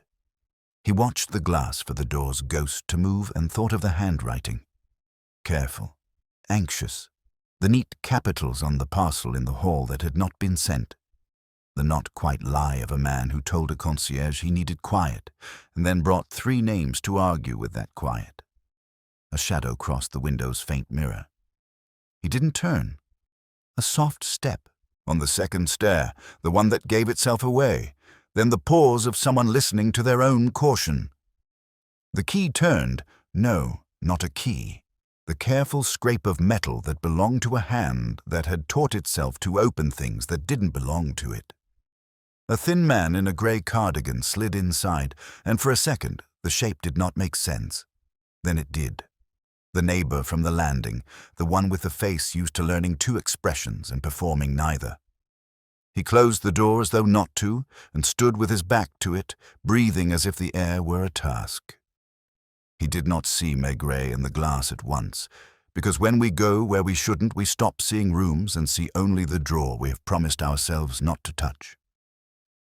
He crossed to the table and put his fingers, trembling, on the paper under the glass. He did not lift it. He lifted the glass and replaced it, a man rehearsing an honesty. Don't, Maigret said softly, and the man turned.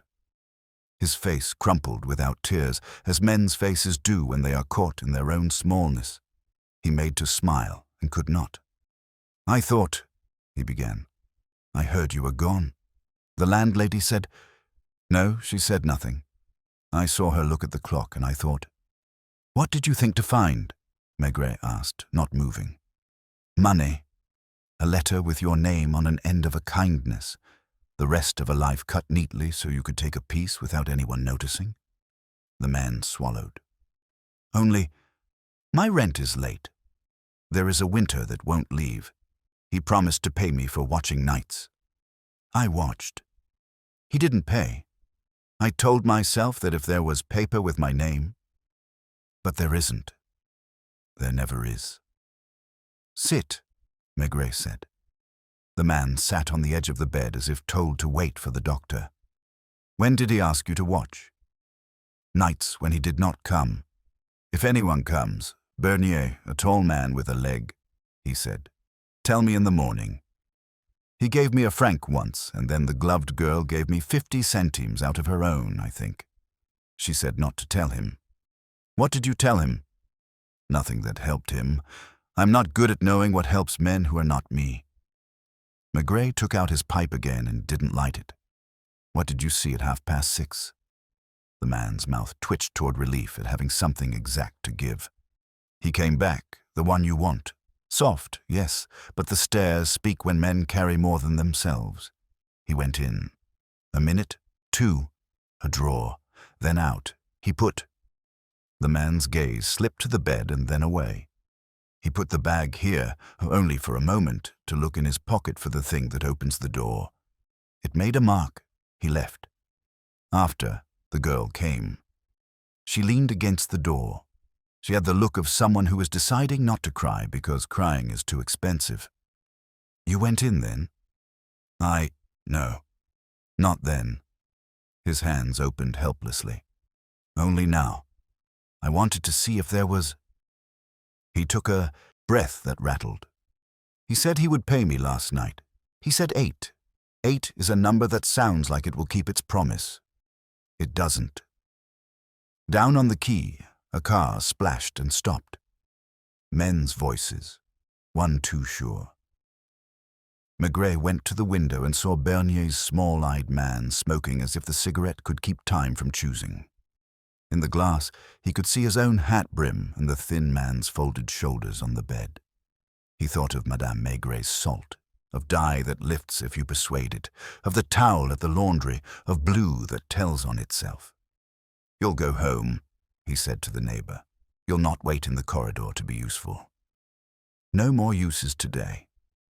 The man rose quickly, grateful for the permission to be small again, and slipped out, the door shutting with that padded old wood sound. Alone, Maigret moved to the washstand and took the boy's rag and dabbed it lightly at the faint mark on the floor. A whisper of blue came away. He smiled a little, rue without malice. The bag had been here. The man had been here.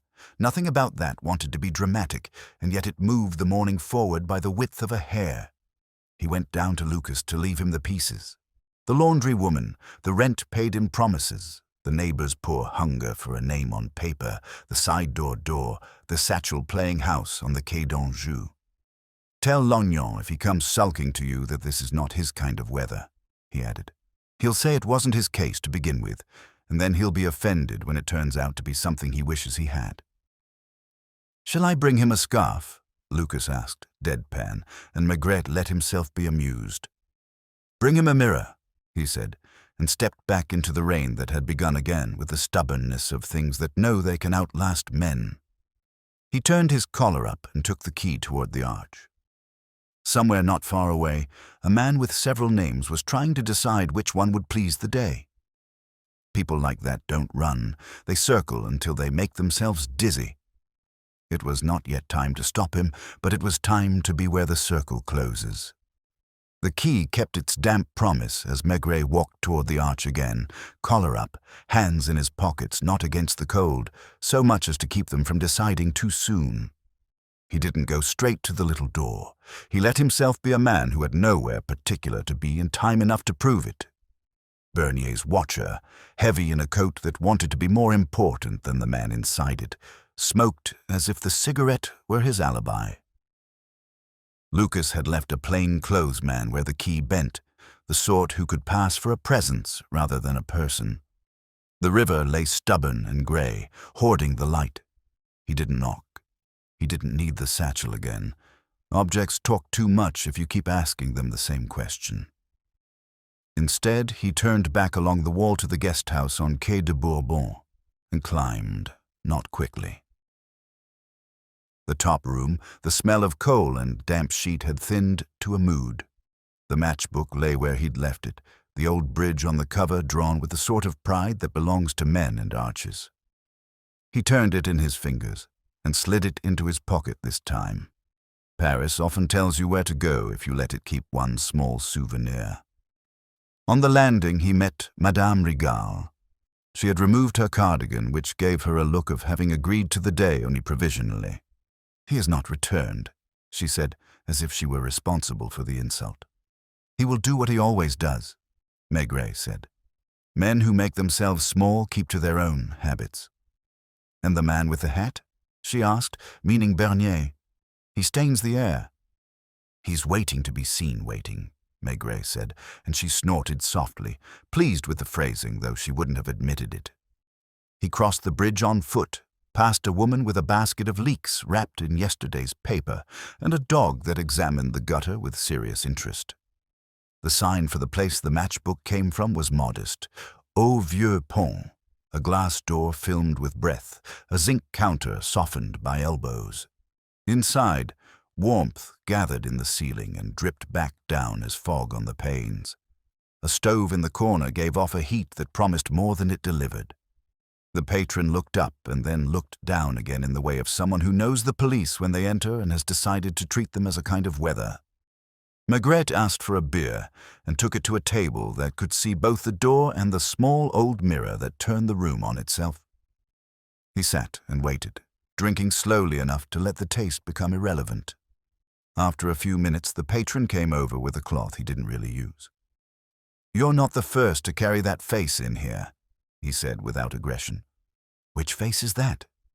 "The face that wants to see a particular hat come through the door." He nodded at the match stand. "Your bridge," he added, by way of saying he had seen the book go away in Maigret's pocket and had minded it not at all. "The man with the blue-strapped bag," Maigret said. "He likes the stove." "So do the poor," said the patron. "He warms his hands too close, like people who have been cold for a long time and don't want to be cheated when the heat finally arrives. He sits there. He orders one beer and makes it last, like a virtue. Sometimes he brings papers. Once a girl came. Gloves with the edge unstitched. They did not sit together. They sat at two tables and looked at the same thing on the wall as if it were a picture they owned together." "And the lender?" The patron's mouth made a brief shape that might have been a smile. "He came once. He stood. He does not understand chairs. The stove does not work on him." "Last night?" The man considered. "He was here, your blue strap." "Not late. He left with his beer unfinished." "I don't like that. It's like sending a loaf away with one slice still in it." "Alone?" The man rubbed the zinc with the heel of his palm. "Alone when he left, but earlier a man with a limp came. Tall. He didn't sit either. He leans as if sitting would admit something. They did not speak in the way that moves air. They looked like men measuring a price that would be paid by neither of them." "Name?" "Names are for calling across a room," the patron said. "These two do not call." The door swung then, the bell's voice small and obedient. The typist stepped in and stood with her back against the door a second, while her eyes adjusted to the light.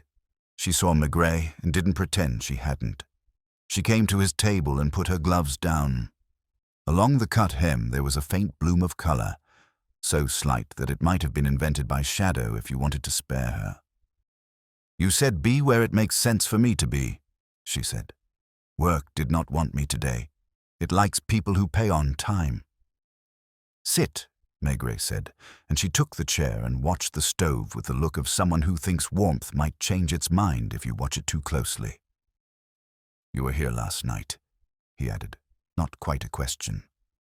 "I was sent a note," she said, "from the boy at the tobacco shop." He waited. He said, "If you want your money, be at the old bridge." He writes like a child copying a sign. She looked at the mirror, at the door inside it. I came. I left with less than I had. And you touched his bag, Maigret said very gently.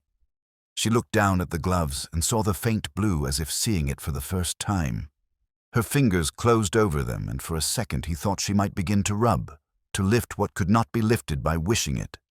Then she took her hands away, palms up, a surrender to facts. He asked me to carry it while he looked for a coin. It was heavy in the way paper is. I did not look. You were wise, he said, which was not entirely praise. The bell rang again, softer this time, as if the door regretted its job. The limping man came in. He took off his hat, not out of courtesy, but because the room required it. In the mirror, Maigret watched him choose a place that allowed both exits and neither trust. His limp was the kind that had long since ceased to be a story worth telling. The patron put a glass in front of him and went away. "Your friend," Maigret said, almost casual, and the man's eyes found their way to him in the glass, then to the typist's gloves, then back. "I'm not his friend," the man said. His voice had the flat tiredness of someone who has been telling the truth for too long without reward. He took a drink, set the glass down exactly in the ring it had left. "You're the one who doesn't push people into chairs," he added after a moment. He said you watched. "Sometimes it's enough," Maigret said. "What do you call yourself when you don't have to call yourself anything?" "Lemoyne," the man said. "It is a name that doesn't interest the police. It interests me, because I stood with him yesterday by the market and you saw me and read a limp like a poster." He shook his head mildly. "We had an understanding, not friendship, a sort of arithmetic. He needed time. I needed less of him near my stall." "And Bernier?" Maigret asked. "Bernier collects people like small coins. He likes to hear them clink. He thinks the sound is power." Lemoyne's mouth moved, not a smile.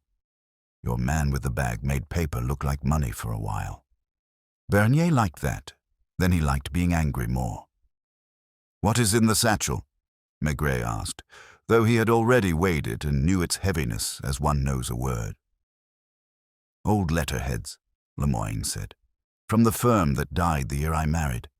He was a runner there, brought signatures and coffee, learned how the names line up so that money does what it's told.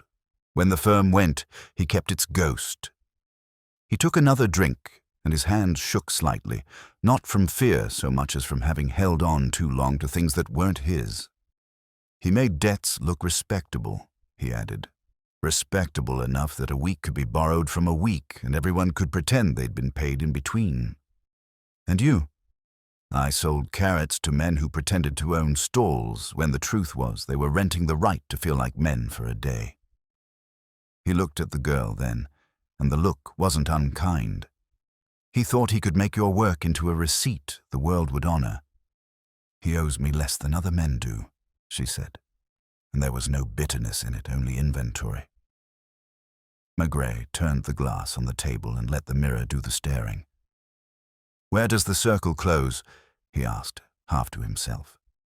"At 5, Lemoyne said, surprising them both with the certainty. "He'll go to the laundry for his suit. He wants to be a man with a clean shoulder when he talks to people who sit behind counters. He thinks it will move something inside them.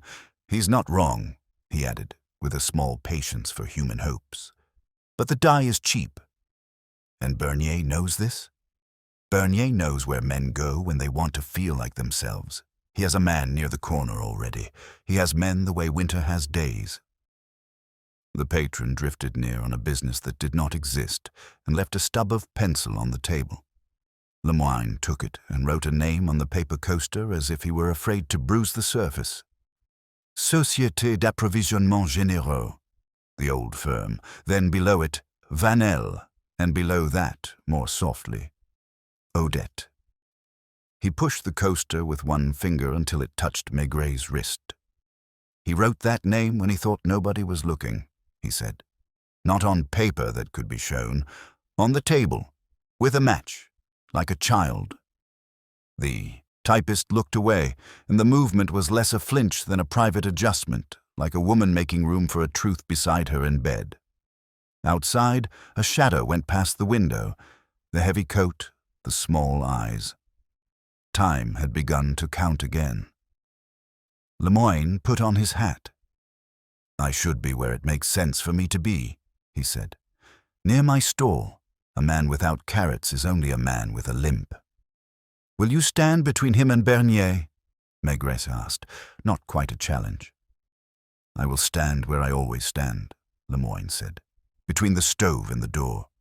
He paused. "He's not wicked. He's just tired of being nobody. That makes trouble in men." When he had gone, the girl reached for her gloves and then didn't. "If I go," she said, "he will say I came to take more than money. If I stay, he will say I made him brave. There is no good part in this for me."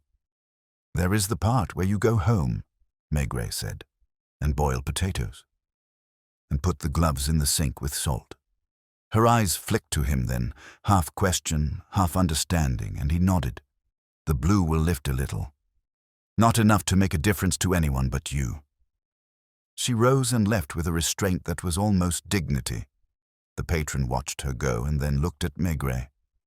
"You will be at the laundry," he said, as if he were aligning chairs after a funeral. "At 5, Maigret said. He walked back by the river, not fast. The afternoon had the color of pewter hammered thin. On the Quai d'Anjou, Lucas's man leaned as leaning men do when they know their posture is part of their usefulness. Bernier's watcher made a point of not seeing him. Maigret nodded to neither and went on, because sometimes a nod is a disturbance. At the guest house, the hallway smelled of steam. The boy was wiping the tiles with more zeal than technique. "He won't come back," the boy announced, as children announce weather. "Men don't come back when they've decided to be someone else." "They come back for their suits," Maigret said, and the boy grinned because the world, once in a while, gives you a line you can bite. He telephoned Lucas.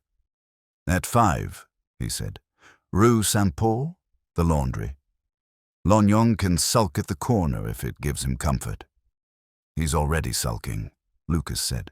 "He arrived and said it wasn't his case, and then asked me 3 times if it was something he should know about." "Tell him to bring an umbrella," Maigret said. "He'll need something to hold on to." He put the receiver down and went again into the top room. He didn't need to. It had told him what it knew. But there are rooms that repay being looked at as if they were people. Gently, without agenda. He stood for a minute and watched the window's pale reflection of the door. He thought of the bed that had been smoothed as an apology, of the drawer closed quickly, of the rag with its blue whisper, of the towel at the laundry with its ghost. He thought of a man who had made himself several names and discovered that none of them offered a place to sleep. At 5, he would stand near a counter that smelled of soap and starch and watch a man reach for a suit that made him feel like someone who could be forgiven a debt. Bernier would be in the street, manufacturing a scene to suit his mustache. Lemoyne would find a point between the stove and the door even there, because some men cannot stop choosing thresholds. The girl would be at home with a saucepan and salt, and the blue would lift a little, and no one would pay her for it. He took his pipe out and didn't light it. The river moved, slow and inevitable, and the city arranged its small theatre. When it is nearly time, Paris becomes very quiet, as if allowing you to hear your own footsteps before it adds other people's. He turned his collar again and went down to meet the hour that had been choosing itself all day. The laundry's windows had fogged so evenly it looked as if someone had taken care to frost them. Inside, heat drifted off the presses with a great deal of ceremony and very little conviction. The smell of soap had married itself to the iron in the steam and refused to be put out. A clock on the back wall kept a different time from the one in Maigret's pocket. Both were right the way clocks in such places are, each faithful to its own truth. He arrived a little early and made no shape of it. Lognon was already there at the corner, looking like a man who had come to prove that nothing was worth the trip and would be angry when it was. Lucas stood a few doors down in conversation with nobody, which is a skill. Bernier's watcher leaned under the awning opposite and pretended the rain would not remember him. Lemoine appeared from the market with the moderate dignity of a man who had sold what he could and forgiven the rest. Inside, the laundry woman worked a lever that sighed each time it lowered as if it had opinions. When she saw him, she gave him the smallest nod she had for police who were behaving. He drifted toward the counter and rested one hand on it, palm down, a casual anchor. On the wall behind her, garments swung a little on their wires as a draft found them and changed its mind. At 5 by the wall clock, or a minute before by his watch, the bell over the door stirred. Vanel came in with the fixed politeness people put on when they are afraid that walking through a door will be taken as an imposition. He stood just inside a second to decide how to carry himself, and then decided badly, choosing importance over ordinary. His hat brim kept the ceiling in his eyes. He had shaved too close, and the skin along his jaw told on him. 28, the woman said, before he spoke, because she had no wish to let him perform a request. She reached under the counter and brought the jacket up with professional indifference. "It is dry," she added, as one might say, a day had met the minimum requirements for being a day. Vanel stroked the lapel like a man who tried not to show affection in public. He did not immediately see Maigret. He laid the coins he had last night's courage for and today's reality against the wood, and counted them twice, once with his fingers and once with his eyes. "You are short," the woman said, not cruelly, just as a fact. 2 francs. He produced a coin from under his cuff with the mild triumph of a conjurer who has practiced that one trick. He did not put the jacket on. He only held it at arm's length as if the clean line of the shoulder could be inhaled. In that gesture, a man who had been running his whole life stopped running for the breadth of the cloth. "Good afternoon, Monsieur Vanel," Maigret said at last, making the words as simple as the bell that had admitted him. Vanel didn't start. He only bowed a fraction toward the voice, as one bows to the sky when the rain remembers itself. His eyes moved from the jacket to the inspector's face and then off again to a point somewhere between the press and the door where he could imagine being left alone. "I owe you nothing," he said, oddly calm, as if he were telling his reflection the rules.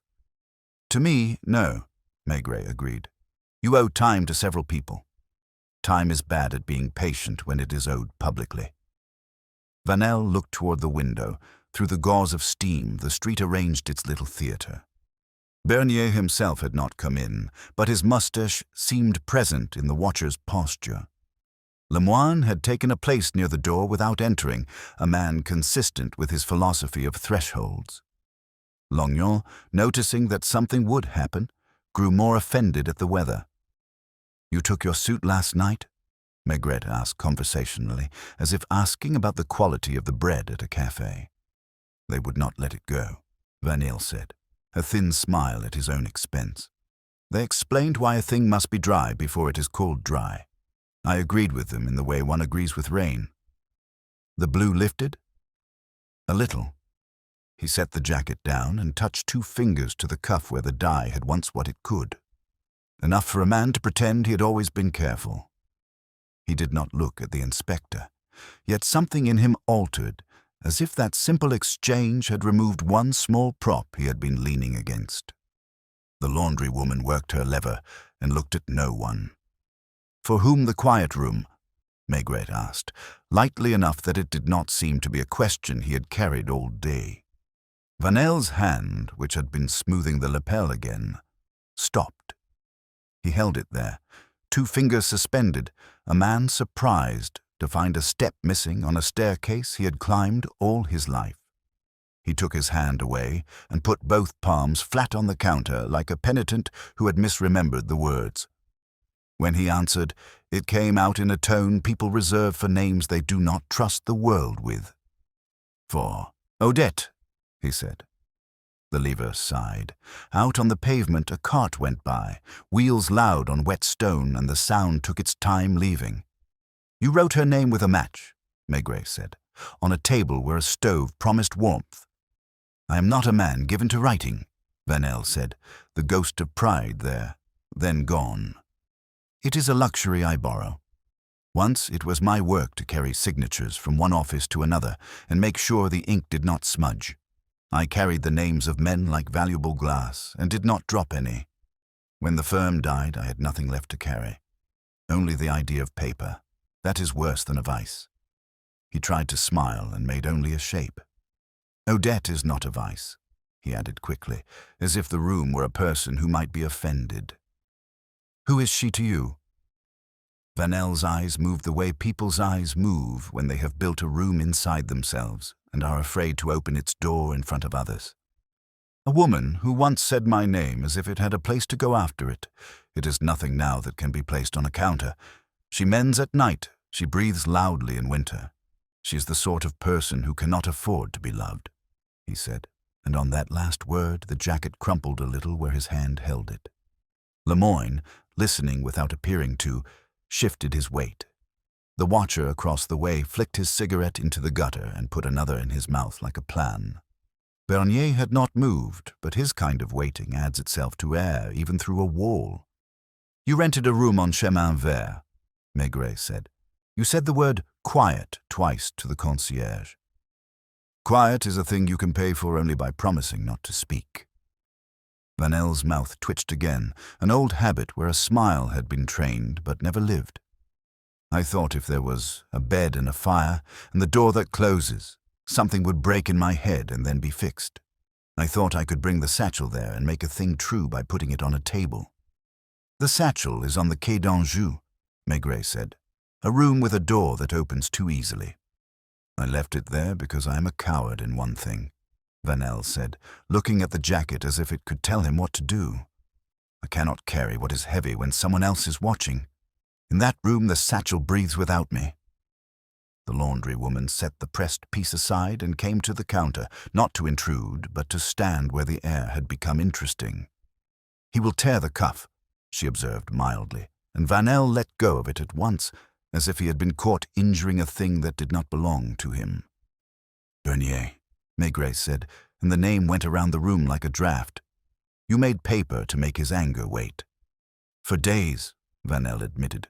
I made days from paper and gave them to men as if they were bread. They ate them quickly and were hungry again. Bernier likes to shout. There are men the shouting belongs to, and he is one. A week ago I owed 3 men half my face. I thought if one of them saw me in a suit he would think me less edible. And the bed on the Quai de Bourbon? Maigret asked, more gently than the list of questions deserved. I slept, Vanel said. I had slept in other nights while sitting. To lie down is a form of theft when you have not earned it. I smoothed the blanket so that the person who washed it could believe I knew the rules. In the morning I came back to put the note for 8. He looked up then, and for the first time he tried to make Maigret a conspirator. It is an honest thing, 8. You can stand behind it like a door. I have stood behind many doors. You burned something, Maigret said. The grate tells me that. Not letters, fibers too regular. Letterheads. The old firm, I made myself a life out of its attic, Vanel said. A child hides in a wardrobe and believes in wood. I burned the worst of it. It makes a smell that gets into a man's hair. He touched his hat brim and then took his hand away, remembering where he was. I kept enough to pay the girl, he added, eyes flicking toward his pocket and away with the shame of a man who thinks of decency as if it was something to be purchased. Odette? Maigret asked quietly. No, he said, almost with relief, because that confusion would have made him worse and not better. The typist. She has cut the hems of her gloves. I did not want the blue to move to them. It did anyway. They stood a moment in the warm noise of the presses. The woman reached for a tag and wrote in pencil something that was not a name, then hung it on a hook. Laundry has its rituals for the living and the lost. Bernier filled the doorway, or rather his certainty did. The man himself followed, a beat behind. The mustache arrived first and had an opinion. He took off his hat, the way one removes a lid to see if the contents have cooled yet, and saw they had not. Ah, he said, and the word sat smugly on the counter as if it had put down money too. All my friends. The laundry woman did not move her lever. No shouting, she said. It curdles the steam. Bernier looked offended and made a smile to mount over it. I am here to retrieve what is mine. Nothing in this room belongs to you, Maigret said, not sternly. He placed the sentence like a heavy object and let it sit. The money, the papers, his promises with my name attached. Bernier slanted his head at Vanel. You have worn me out, little man. Vanel looked neither at Bernier nor at the inspector. He looked at Lemoine, who had made no demand, but whose being there was a kind of quiet arithmetic. Something in Vanel broke then. Not cleanly, not theatrically. Rather the way a damp loaf yields under a knife, not resisting enough to make the cut satisfying. The jacket sagged in his hand. He put it down like a confession.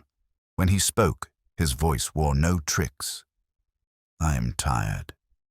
He said. I was tired even when I began. I wanted a room where I could say Odette's name without it sounding like I was stealing. I wanted to pay the girl with money and not paper. I wanted Bernier to shout less for one day. I wanted a suit to talk for me. I wanted the river to choose for me, the way the concierge says the rain does.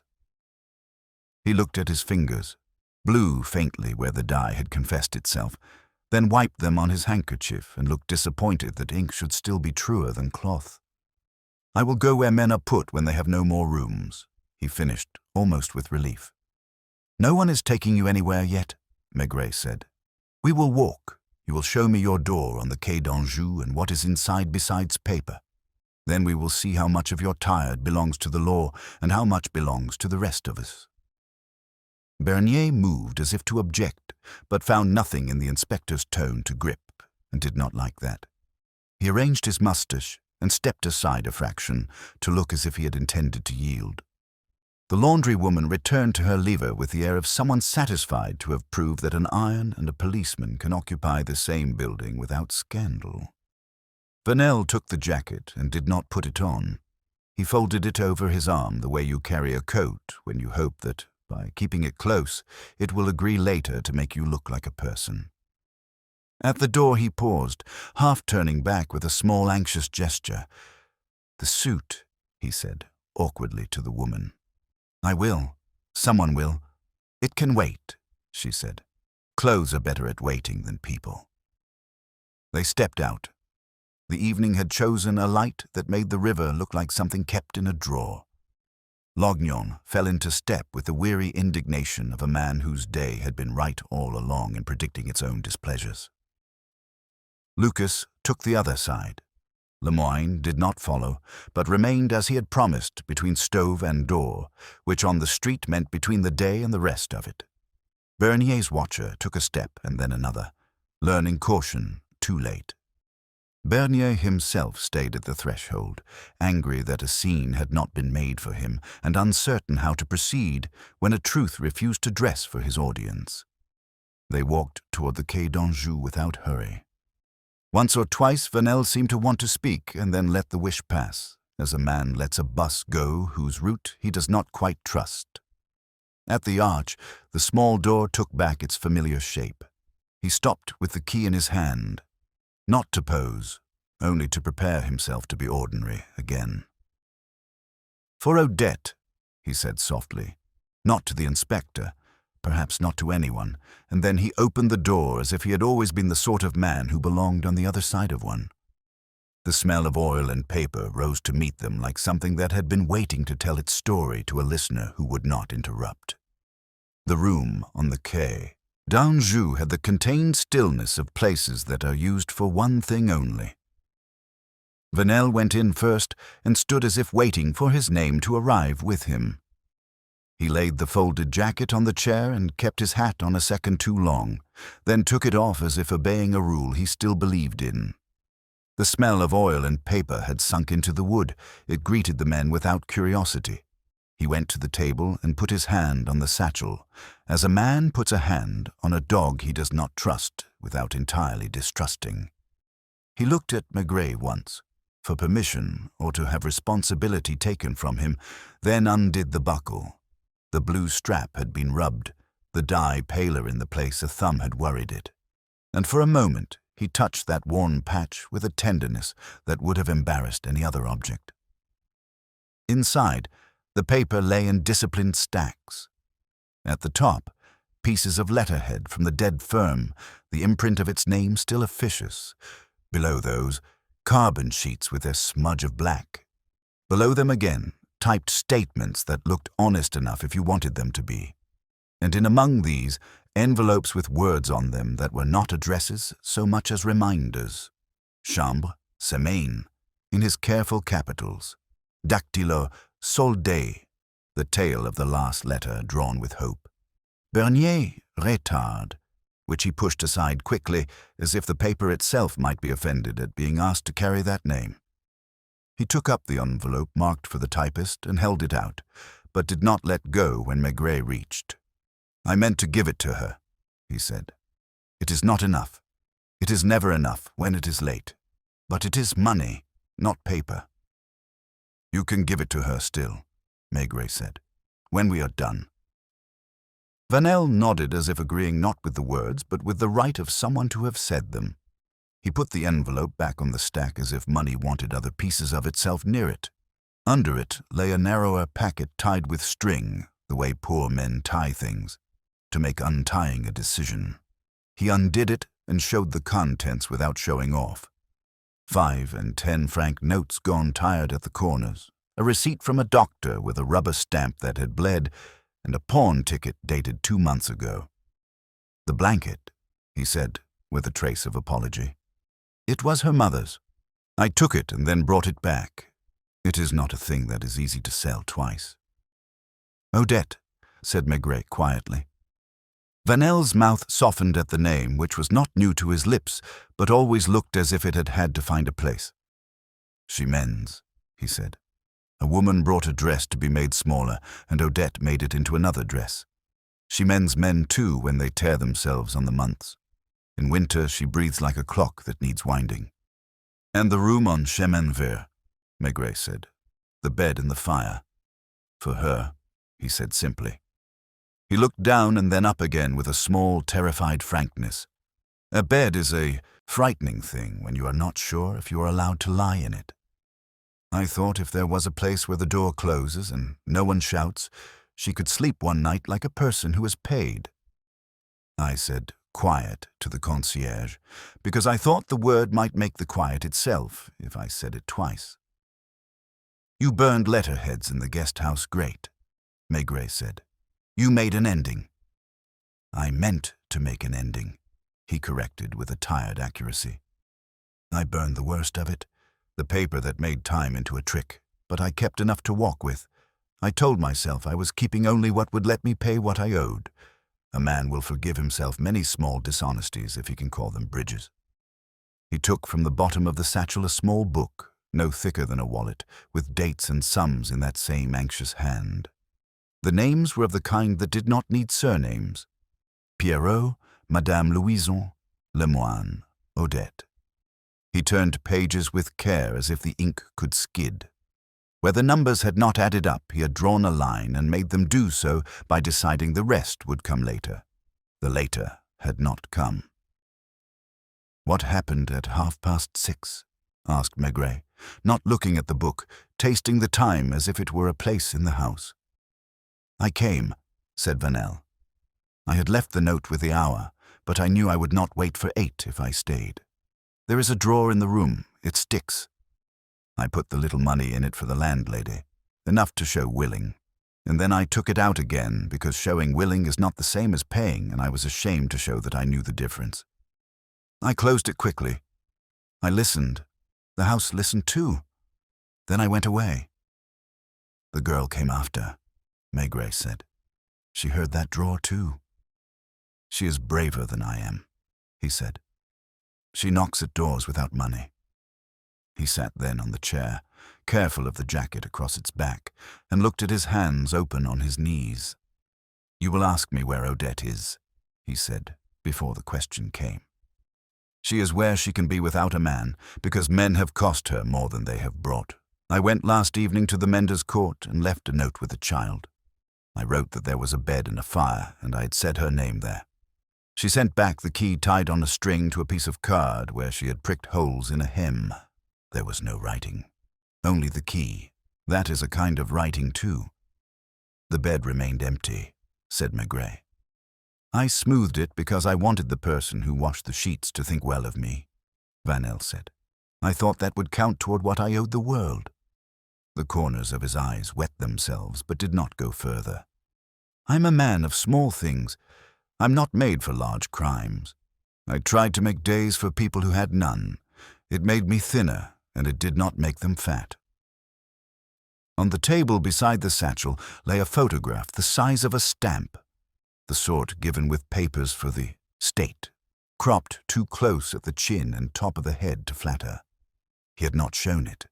It had slid out among receipts. It was of a woman who looked at lenses as if they could be bargained with if one were patient and the light held. Maigret did not reach for it. He looked at it as one looks at something on another man's table which will be put away as soon as the man sees it. Bernier will want to be grand, Maigret said. He will talk of swindle and forged titles of debt and the insult to commerce. There will be words like example and public.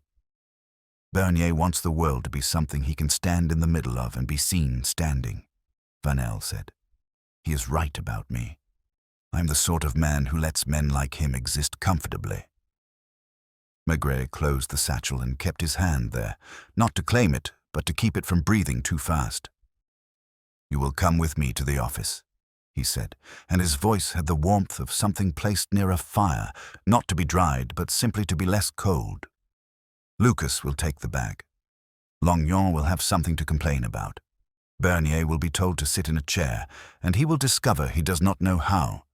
You will tell me what you put in the drawer and took out, and what you burned, and what you kept. There will be a few days of questions.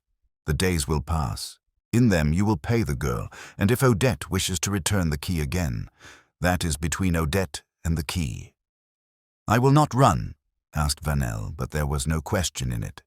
It was a man trying on a sentence. You have been running by standing still, said Maigret. It's time to walk. From the quay came the sound of a voice that was practiced at calling men to work. Lucas's, and another that practiced grievance. Lognon's. The small door let the noises in as if to remind the room that it was not a world, but one place in one. Vanel stood, took the envelope for the typist, hesitated, and then put it in his breast pocket where a man would put a handkerchief before going to visit someone he wished to impress with his decency. Odette, he said again, and this time he did not place her on a shelf or in a sentence. He only said the name as if to keep it from being bruised by other names in the air. We will walk past her court, said Maigret, and we will not look up. Later, when everything is where it should be, I will go and speak to her as if to someone who has mended a great many things and is tired of mending. He took up his hat. Sometimes it helps a person to hear there is nothing to be afraid of but the weather. They went out.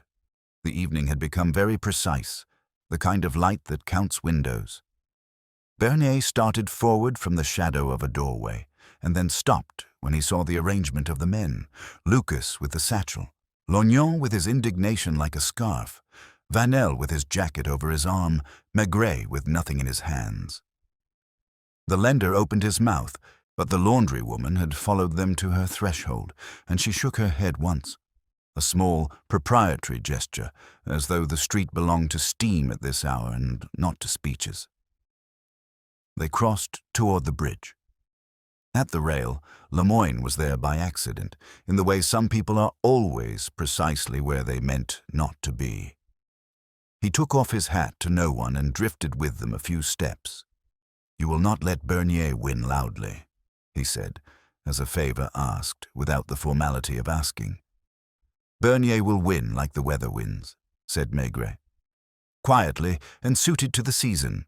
He will be paid what can be paid, and he will make a scene in his mind, and that will rest him. Lemoyne's mouth made a small shape. And the girl, he asked. She will be paid, said Vanel without looking at him, with money that is not borrowed from itself. And the bed? Lemoine asked, almost idly. It will be made for someone who needs it, said Maigret. Beds do not like to be empty. They forgive, if you let them. They walked on. The river had found its evening pace. The first lights in windows had the color of beer held up to a lamp. Somewhere, a radio insisted on a song that had been new once and had found a way to remain new to those who needed it. When they reached the far side, Lucas peeled off with the satchel toward the car. Lognan grumbled something about reports that did not write themselves and then went to write one. Bernier watched and discovered that a man can be kept at a threshold simply by not being given a part inside the scene. At the corner of the Mendes Court, a cat stepped out with the caution of proprietors.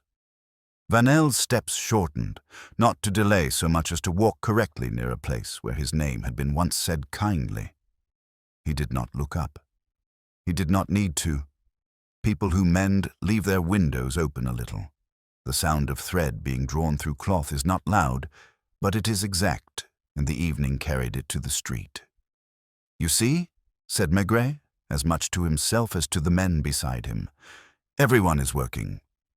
They turned away toward the office in the hours ahead, and the day folded itself with the unremarkable grace of things that had not been dramatic, but had been true. At the Quai des Orfèvres, the day flattened itself into paper. The corridors had their smell, the particular fatigue of ink and damp wool, and doors remembered how often they had been opened to the same sort of men. Lucas went ahead with the satchel, as if carrying a sleeping child. Lognan came behind, offended by the honesty of the rain that kept touching his sleeve without respect. Bernier lingered where the floorboards creaked most, to be noticed by the building if not by the men in it. Vanel walked at Maigret's side, jacket still folded over his arm, like a man carrying the proof that somewhere, under the right light, he could be introduced as himself. In the small room where statements are made, a clerk arranged carbon paper as if it were the last good thing left in the world. He wrote the date a little too carefully and left a smudge where the pen had paused. Vanel sat and looked at the lamp as if it had questions and deserved answers. When the questions came, they were ordinary and not many. He told how he had taken the letterheads from an office that had become air, how he had taught his hand to type other men's politeness, how he had believed that if paper looked right, time would obey it for a week. "Did you threaten anyone?" the clerk asked, because the form required the asking. "I asked," said Vanel. "Did you take money that wasn't yours by saying things that weren't true?" "I borrowed tomorrow to pay yesterday," he said, and his voice made no case for itself. "Did you intend to pay?" "I intended," he said, and the clerk, who had more faith in intention than most, nodded and put a dot where a dot belonged.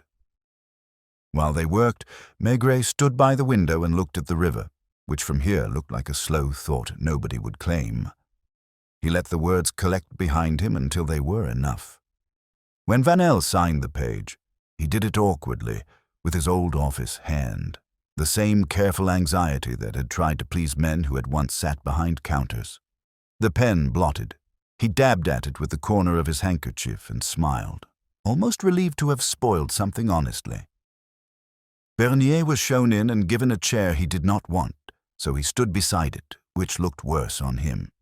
He began to speak and stopped when the clerk did not look up. Maigret turned a little and let him have his sentence. "You will want to be paid," he said, not unkindly. "You will be paid what can be, from money that exists. There will be no spectacle. You will sign a receipt and go away with your mustache as you brought it." Bernier's mouth shaped the word fraud as if it were a purge. "There must be an example," he said, softening the consonants as if that softened the demand. "There will be a file," said Maigret. "It will have a number. If that comforts you, think of the number as your example."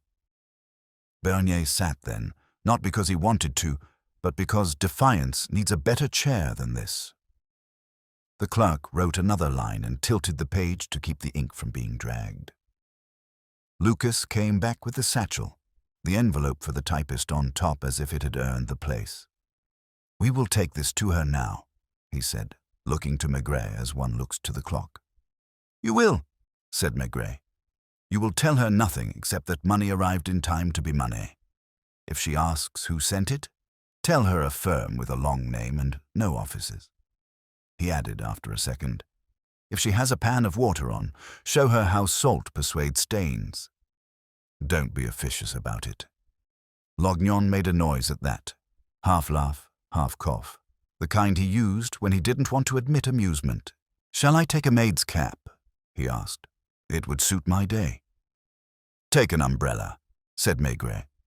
"It suits your face." When they had gone, the room felt ordinary again. That is what rooms at the office do. They make themselves the same so that men can be different inside them. Maigret took Vanel along the corridor that leads to the interview rooms and stopped not at a cell, but at a chair under a map of provinces. He put his hand on the back of it and waited until the man sat. "You will stay a night," he said. "Perhaps 2. There will be questions again, the same ones in other words. The magistrate will prefer the word intent to the word tired. He may be right. He will decide what the code requires. I will tell him what the city looks like at 5 in the afternoon when a man wants a pressed shoulder to talk for him." He took out his pipe and turned it in his fingers. "We'll see to Bernier. He'll get enough to quiet his need to be a weather system. You'll refund the landlady for a night that frightened her. The neighbor will be told to find other work for his listening. You'll pay the girl." "Odette?" Vanel asked, as if the name itself required permission to be said in building where names often arrive already bruised. "You will leave her alone until she tells you otherwise," said Maigret. "People who mend get to decide when to put the needle down." Vanel nodded, and if there was loosening in him, it showed only as the way a coat sits on a shoulder that has finally stopped bracing for a blow. He put his hand to his breast pocket to feel the envelope there and looked ashamed to have done it where men could see. "The bed," he said. "I would like, if it can be done without taking from the state, to leave it for the night as it is, so that if she changes her mind, she will find the door still gentle when it closes." "It has already been changed," said Maigret, and watched his face ready itself for the wrong kind of news. "By the world. The concierge has let a workman with a cough lie down at noon. He will get up in the morning and say the quiet did him good, and the bed will forgive you both." Vanel looked somewhere past the provinces. "That is better," he said. "Beds want that." When it was done, and the paperwork had been properly bored into existence, Maigret walked out into the early dark. The rain had left off again, and the stones were drying in uneven patches that made the street look like an animal changing its coat. He went first to the Quai de Bourbon. The hallway was as he had left it, the ledger sitting with its small pride. Madame Rigal saw him and raised her chin in infinitesimal degree that said the house had behaved, and she expected the same of him. "The boy?" he asked. "In the kitchen, ruining a potato for soup," she said. "It is his gift." He nodded toward the stairs. "The neighbor?" "Asleep without paying for it," she said, "not without benevolence. He will wake at sounds that aren't there. That is his work." "And the room?" "Fresh linen," she said, prepared for reproach and ready to manage it. "The man with the cough is polite to the bed. He turned his pillow himself. I heard him." "Send a message to him when he leaves," said Maigret, "from a friend, that the quiet was paid for already and he owes only whatever he liked to owe to luck." He took out his wallet and left bills on the ledger, not for the state or for clean lines in a report, but because he liked to see small debts balanced in places where nobody would come later to revise them with a stamp. She didn't count them. She tucked them under the book the way women tuck a blanket under a sleeping child. On Rue Saint-Paul, the laundry steamed out into the street with the unself-conscious honesty of kitchens. Inside, the woman had put the jacket on a dummy to see whether the shoulder line kept the promise it had been paid to keep. She saw him and lifted her chin in the old world's greeting, where hello and goodbye share the same muscle. He lifted 2 fingers and went out again, because there was nothing to say there beyond what steam and work already knew. When he reached the cafe by the bridge, the one with the mirror that fetched the room twice, he found Lucas and the typist at a table under the stovepipe, not together, not separate. She had the envelope, now emptied and folded as if to be kept as proof that something like the right thing can occasionally arrive. Her gloves lay on the table, damp and sullen from the salt. The blue had lifted a little. She saw him look and didn't hide them. "It will always be there," she said, more to herself than to them. "But it's less." "That is all the laundry ever promises," said Lucas solemnly, and was surprised to hear himself say it, and to find that it had the sound of wisdom. Maigret took a beer he didn't need and sat at a table where he could watch the door and the stove decide who was more important. He did not speak. The city had been talking all afternoon and did not need his noise. In the mirror, the door opened and closed and made a small play of comings and goings without plot. Lemoyne came in, nodded to no one, drank half a glass in one swallow, and left as if the door were a duty and he had to keep up with it. Bernier did not come in. He had taken his receipt and was busy being right somewhere, which was work enough for one evening. When the beer was half a glass lower, Maigret telephoned home from the zinc, cupping the receiver against noise that was only the room, being a room. He told Madame Maigret he would be later, and heard, through the wire's tired breath, the sound of plates being set down, not sharply, and the calm authority of a pot deciding when to stop. She asked nothing, and told him only that the bread was fresh and the salad had forgiven the oil. He promised nothing and meant it kindly. He walked, afterward along the river, without purpose except the one the river always assigns, a pace at which the day can climb down from itself. On the Quai d'Anjou, he paused by the small door and did not touch it. He thought about the satchel and the papers, and the way men keep ghosts alive for company, about Bernier and the old pleasure of being obeyed, about the typist's gloves and the way salt gives you back, not what you had, but something you can live with, about the bed under a roof where quiet could be bought for a night and borrowed for a morning. At the bridge he looked into the water and saw only the water. That was as it should be. There are cases that end with a man being led away and a crowd being satisfied with the mathematics of crime and consequence. There are others that finish the way evenings finish, with ordinary work to be done, receipts signed, doors closed, a cough eased by sleep, laundry promising only what is decent to promise. He stood long enough to smoke half a pipe without remembering to light it, then smiled at himself and put it away. When he climbed his own stairs at last, late but not so late that the house had begun to frown, the smell of supper softened the hallway. He put his coat on its peg, heavy with rain that had chosen him. Madame Maigret looked up from the table and made the small sound she made when a day had decided to be fair after all. He sat, and while she cut the bread he told her nothing important and something true, that there had been a bed and a fire and it had been enough, that someone had written a name with a match and the name had not burned, that blue lifts a little if you insist without violence. He ate, and afterward he took his beer on the chair by the window. The roofs were drying. Somewhere a radio played a tune the city had heard too many times to be fond of, and yet did not turn off.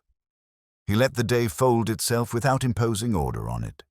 It had not been a grand affair, it had been human, which is to say, difficult and plain and without complaint. When he put out the lamp, the room did not feel empty. It felt like a bed recently smoothed by a hand that had learned, late, that it was allowed to lie down. By the next morning the building had remembered how to be indifferent. Files moved in their grey covers from one desk to another and lost a little heat each time. Vanel slept without asking for anything and woke with the expression of a man surprised to find that waking is allowed after certain kinds of nights. The magistrate saw him early, listened without blinking to words like falsified commercial titles and abuse of confidence, then lowered it all with a phrase that left room for ordinary life. Provisional liberty under supervision, restitution arranged, papers seized, a promise extracted that sounded more like a tired nod than a vow. There would be more questions later, of course. The machine hates to be fed only once. For now, it was enough that the teeth turned, quietly. Bernier came for the answer he wanted and discovered it had been written already. He signed, as men do who dislike witnesses, even when they have asked for an audience, and went away with his receipt and a face that wanted to have been more necessary to the day. He would tell the story elsewhere with sound effects. Let him. The city is generous with stages if your voice knows how to carry. Lucas returned from the typist's door with a brief report. Envelope opened, coins counted only once, a thank you that didn't make a performance of itself. The gloves had been rinsed in salt water and set on the sill to dry, blue lifting the way a promise lifts when you stop insisting it be perfect. She asked who to write the receipt to, he added, and then said she'd keep it in her head instead. In the office doorway, Longyon hovered long enough to be noticed. If this had been my case, he began, and then stopped because he preferred the dignity of resentment to the labor of finishing sentences. Maigret told him, as one might tell a patient dog to lie down, that if he wished to be useful, he could take a statement from the concierge about the drawer and the hour and the second stair that complains. Longyon muttered that he did not collect furniture, and went off to do exactly that. When Vanel was brought out to be told the magistrate's conditions, he stood with his jacket over his arm and his hat in his hands like a man learning once again the grammar of doorways. He nodded at the words and didn't argue with their order. "The satchel?" he asked finally, and seemed relieved to hear it would not travel with him for a while. "It talks too loudly when you carry it," he said, and managed a small smile at his own superstition. "You'll find work," said Maigret, not as a command and not as hope, only a sentence the day might accept. "Not with paper." "Paper is finished with me," Vanel said. "If Lemoyne lets me stand near his stall, I will be a man who takes carrots from a crate and puts them in a hand. It's a kind of receipt the world understands." He hesitated. "If I earn, I will pay the landlady for the quiet I wasted." "She forgave it yesterday to a workman with a cough," Maigret said. "He left 5 francs and a clean pillow. You owe her the story she can tell about you when someone asks who slept in the top room and did not trouble the sheets. Pay her that." In the afternoon, with the weight of the case no longer pressing in one place but spread across petty formalities, he let himself take the bridges instead of the streets. The river was brown with yesterday's rain and minded its business. He stopped in front of the mender's court, not because he meant to go in, but because there was a boy on the step sorting buttons by size for amusement, and it seemed right that somebody be allowed to arrange small circles into order. He sent the boy with a message. No names, only the truth that a door on the chemin vert existed as long as she wished it to, and that the key could keep changing hands without scandal. The boy took the coin and the errand with the same solemnity, and returned with nothing more than a nod from a shadow behind a curtain. It was enough. Curtains are a language, and some answers are given in cloth. The Au Vieux Pont wore its usual afternoon quiet, the stove pretending importance, the mirror stealing half the room without malice. The patron lifted a hand. The bell above the door obeyed without having been rung. Lemoyne stood at the counter with his hat at his elbow and a glass that had not made trouble for anyone. "They let him walk," he said, as if beginning a story to which nobody would object. "They let him earn," said Maigret. "Which is the same thing," Lemoyne allowed. "I told him to come with the dawn and stand behind my boxes while I make the first noises. He knows how to say, 'Madame, the turnips are sweet,' and to say it as if it mattered." He looked at the stove, then at the door reflected in the mirror. The man who limps will make room for the man who carries weight better than paper. The typist came in without surprise and took her place near the end of the zinc. She wore the same coat. The gloves were still damp, but less stubbornly so. She set the empty envelope upon the counter and smoothed it with the side of her hand. "I thought to keep it," she said, half to herself. "Then I thought it would be better to keep the memory that someone put money on a table without making me listen to the story that usually comes with money." She looked at the stove and then at Maigret. "It isn't much," she added, but her voice did not ask for more. "It is enough to make today bearable," said the patron, who believed in such arithmetic because his business required it. She picked up the envelope again and folded it small, the way women fold bits of paper that will be used later to steady a wobbly drawer. "There's a place near me," she said, "that needs a book copied by hand because the ink eats the paper in the machine. If he keeps from needing me for 2 months, I'll give the job to him. Not as charity." A faint smile moved and then stayed. "As work." "Tell him that when you're ready," said Maigret, and she nodded once, as if you had to be careful even with good news in case it learned to misbehave. At the Quai de Bourbon, the hallway had dried into honesty again. The boy was lined up with a brush to fight a losing battle with the tiles and enjoying it. He saluted them all, an army of one. Madame Rigal lifted her head from the ledger with the dignity of a woman who has seen ledgers come and go and prefers carpets, which can be beaten. "Your friend with the mustache came back," she reported. "He stood by the door until the draft made his eyes water and then decided he had business elsewhere." "Good," said Maigret. "Let him collect himself, rather than men." "The neighbor is quieter," she conceded, as if admitting a fault in a relative. "He listened to the house last night, and it told him nothing. That's a relief for him. It's hard work, listening to old wood." "And the bed?" "Used, smoothed, used again," she said, a small contentment rounding the words. "That's how they like it." Evening arrived without opinion. In the office, the clerk had found reasons to use 3 sheets of carbon for 1 letter and declared the 3rd necessary in case the 2nd failed to live up to its station.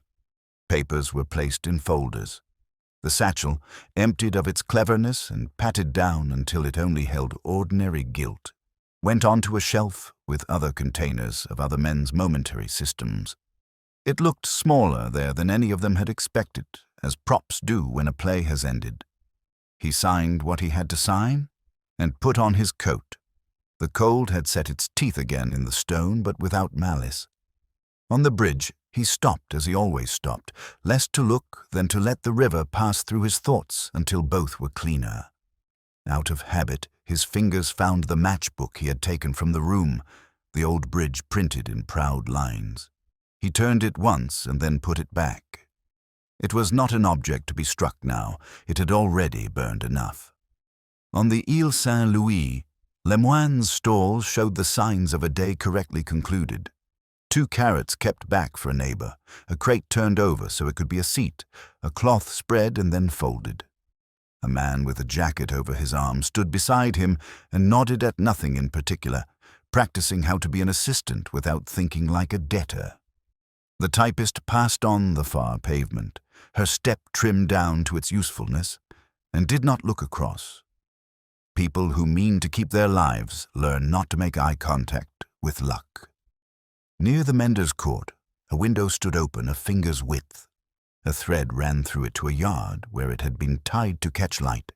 At the end of the thread, a parcel the size of a book hung, wrapped in brown paper, secured with plain string, anonymous as bread.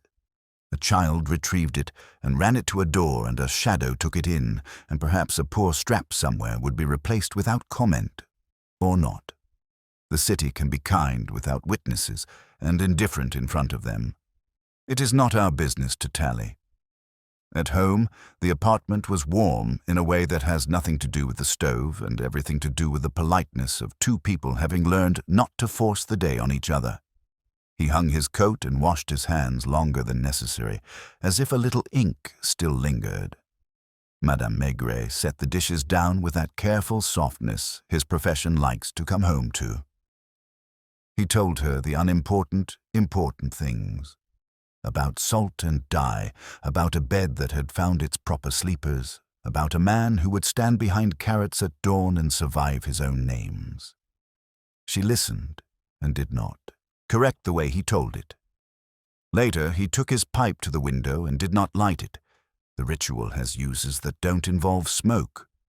In roofs across the way, windows came on and held, then dimmed as families decided they had seen enough of each other for one day. Somewhere, a radio sighed into a waltz that the city did not mind forgiving again. He thought of Odette, breathing like a clock that had decided to keep going, of Bernier, satisfied but lonely in his victory, of the neighbor listening to silence and finding it generous, of Vanel, who had tried to make a bridge out of paper and had finally put his foot on wood. He thought, as he always did at the end of a day that had put on no shows, that one can do worse than see people as they are and let them arrange themselves around the truth like chairs around a table. The bed in the top room was not empty anymore. The fire in the grate at Chemin Vert had burned as long as a kettle takes to boil and then gone out, which is the honesty fires prefer. Somewhere, without anyone giving it permission, a woman had put a key back in a drawer and chosen sleep in her own room. Men had been paid a little. Pride had been kept a little. The blue on the gloves would never quite leave, but it would stop introducing itself. He let the curtain fall and turned off the lamp. The dark came in, not like theatre, but like night, which is better. Tomorrow there would be the same offices and other men who wanted time to behave as if it were obedient. He would drink his coffee and go when the telephone asked. For now, he sat and allowed the quiet to be what it had promised. It was enough. It was enough. It was enough. It was enough. It was enough. It was enough. It was enough. It was enough. It was enough. It was enough. It was enough. It was enough. It was enough. It was enough. It was enough.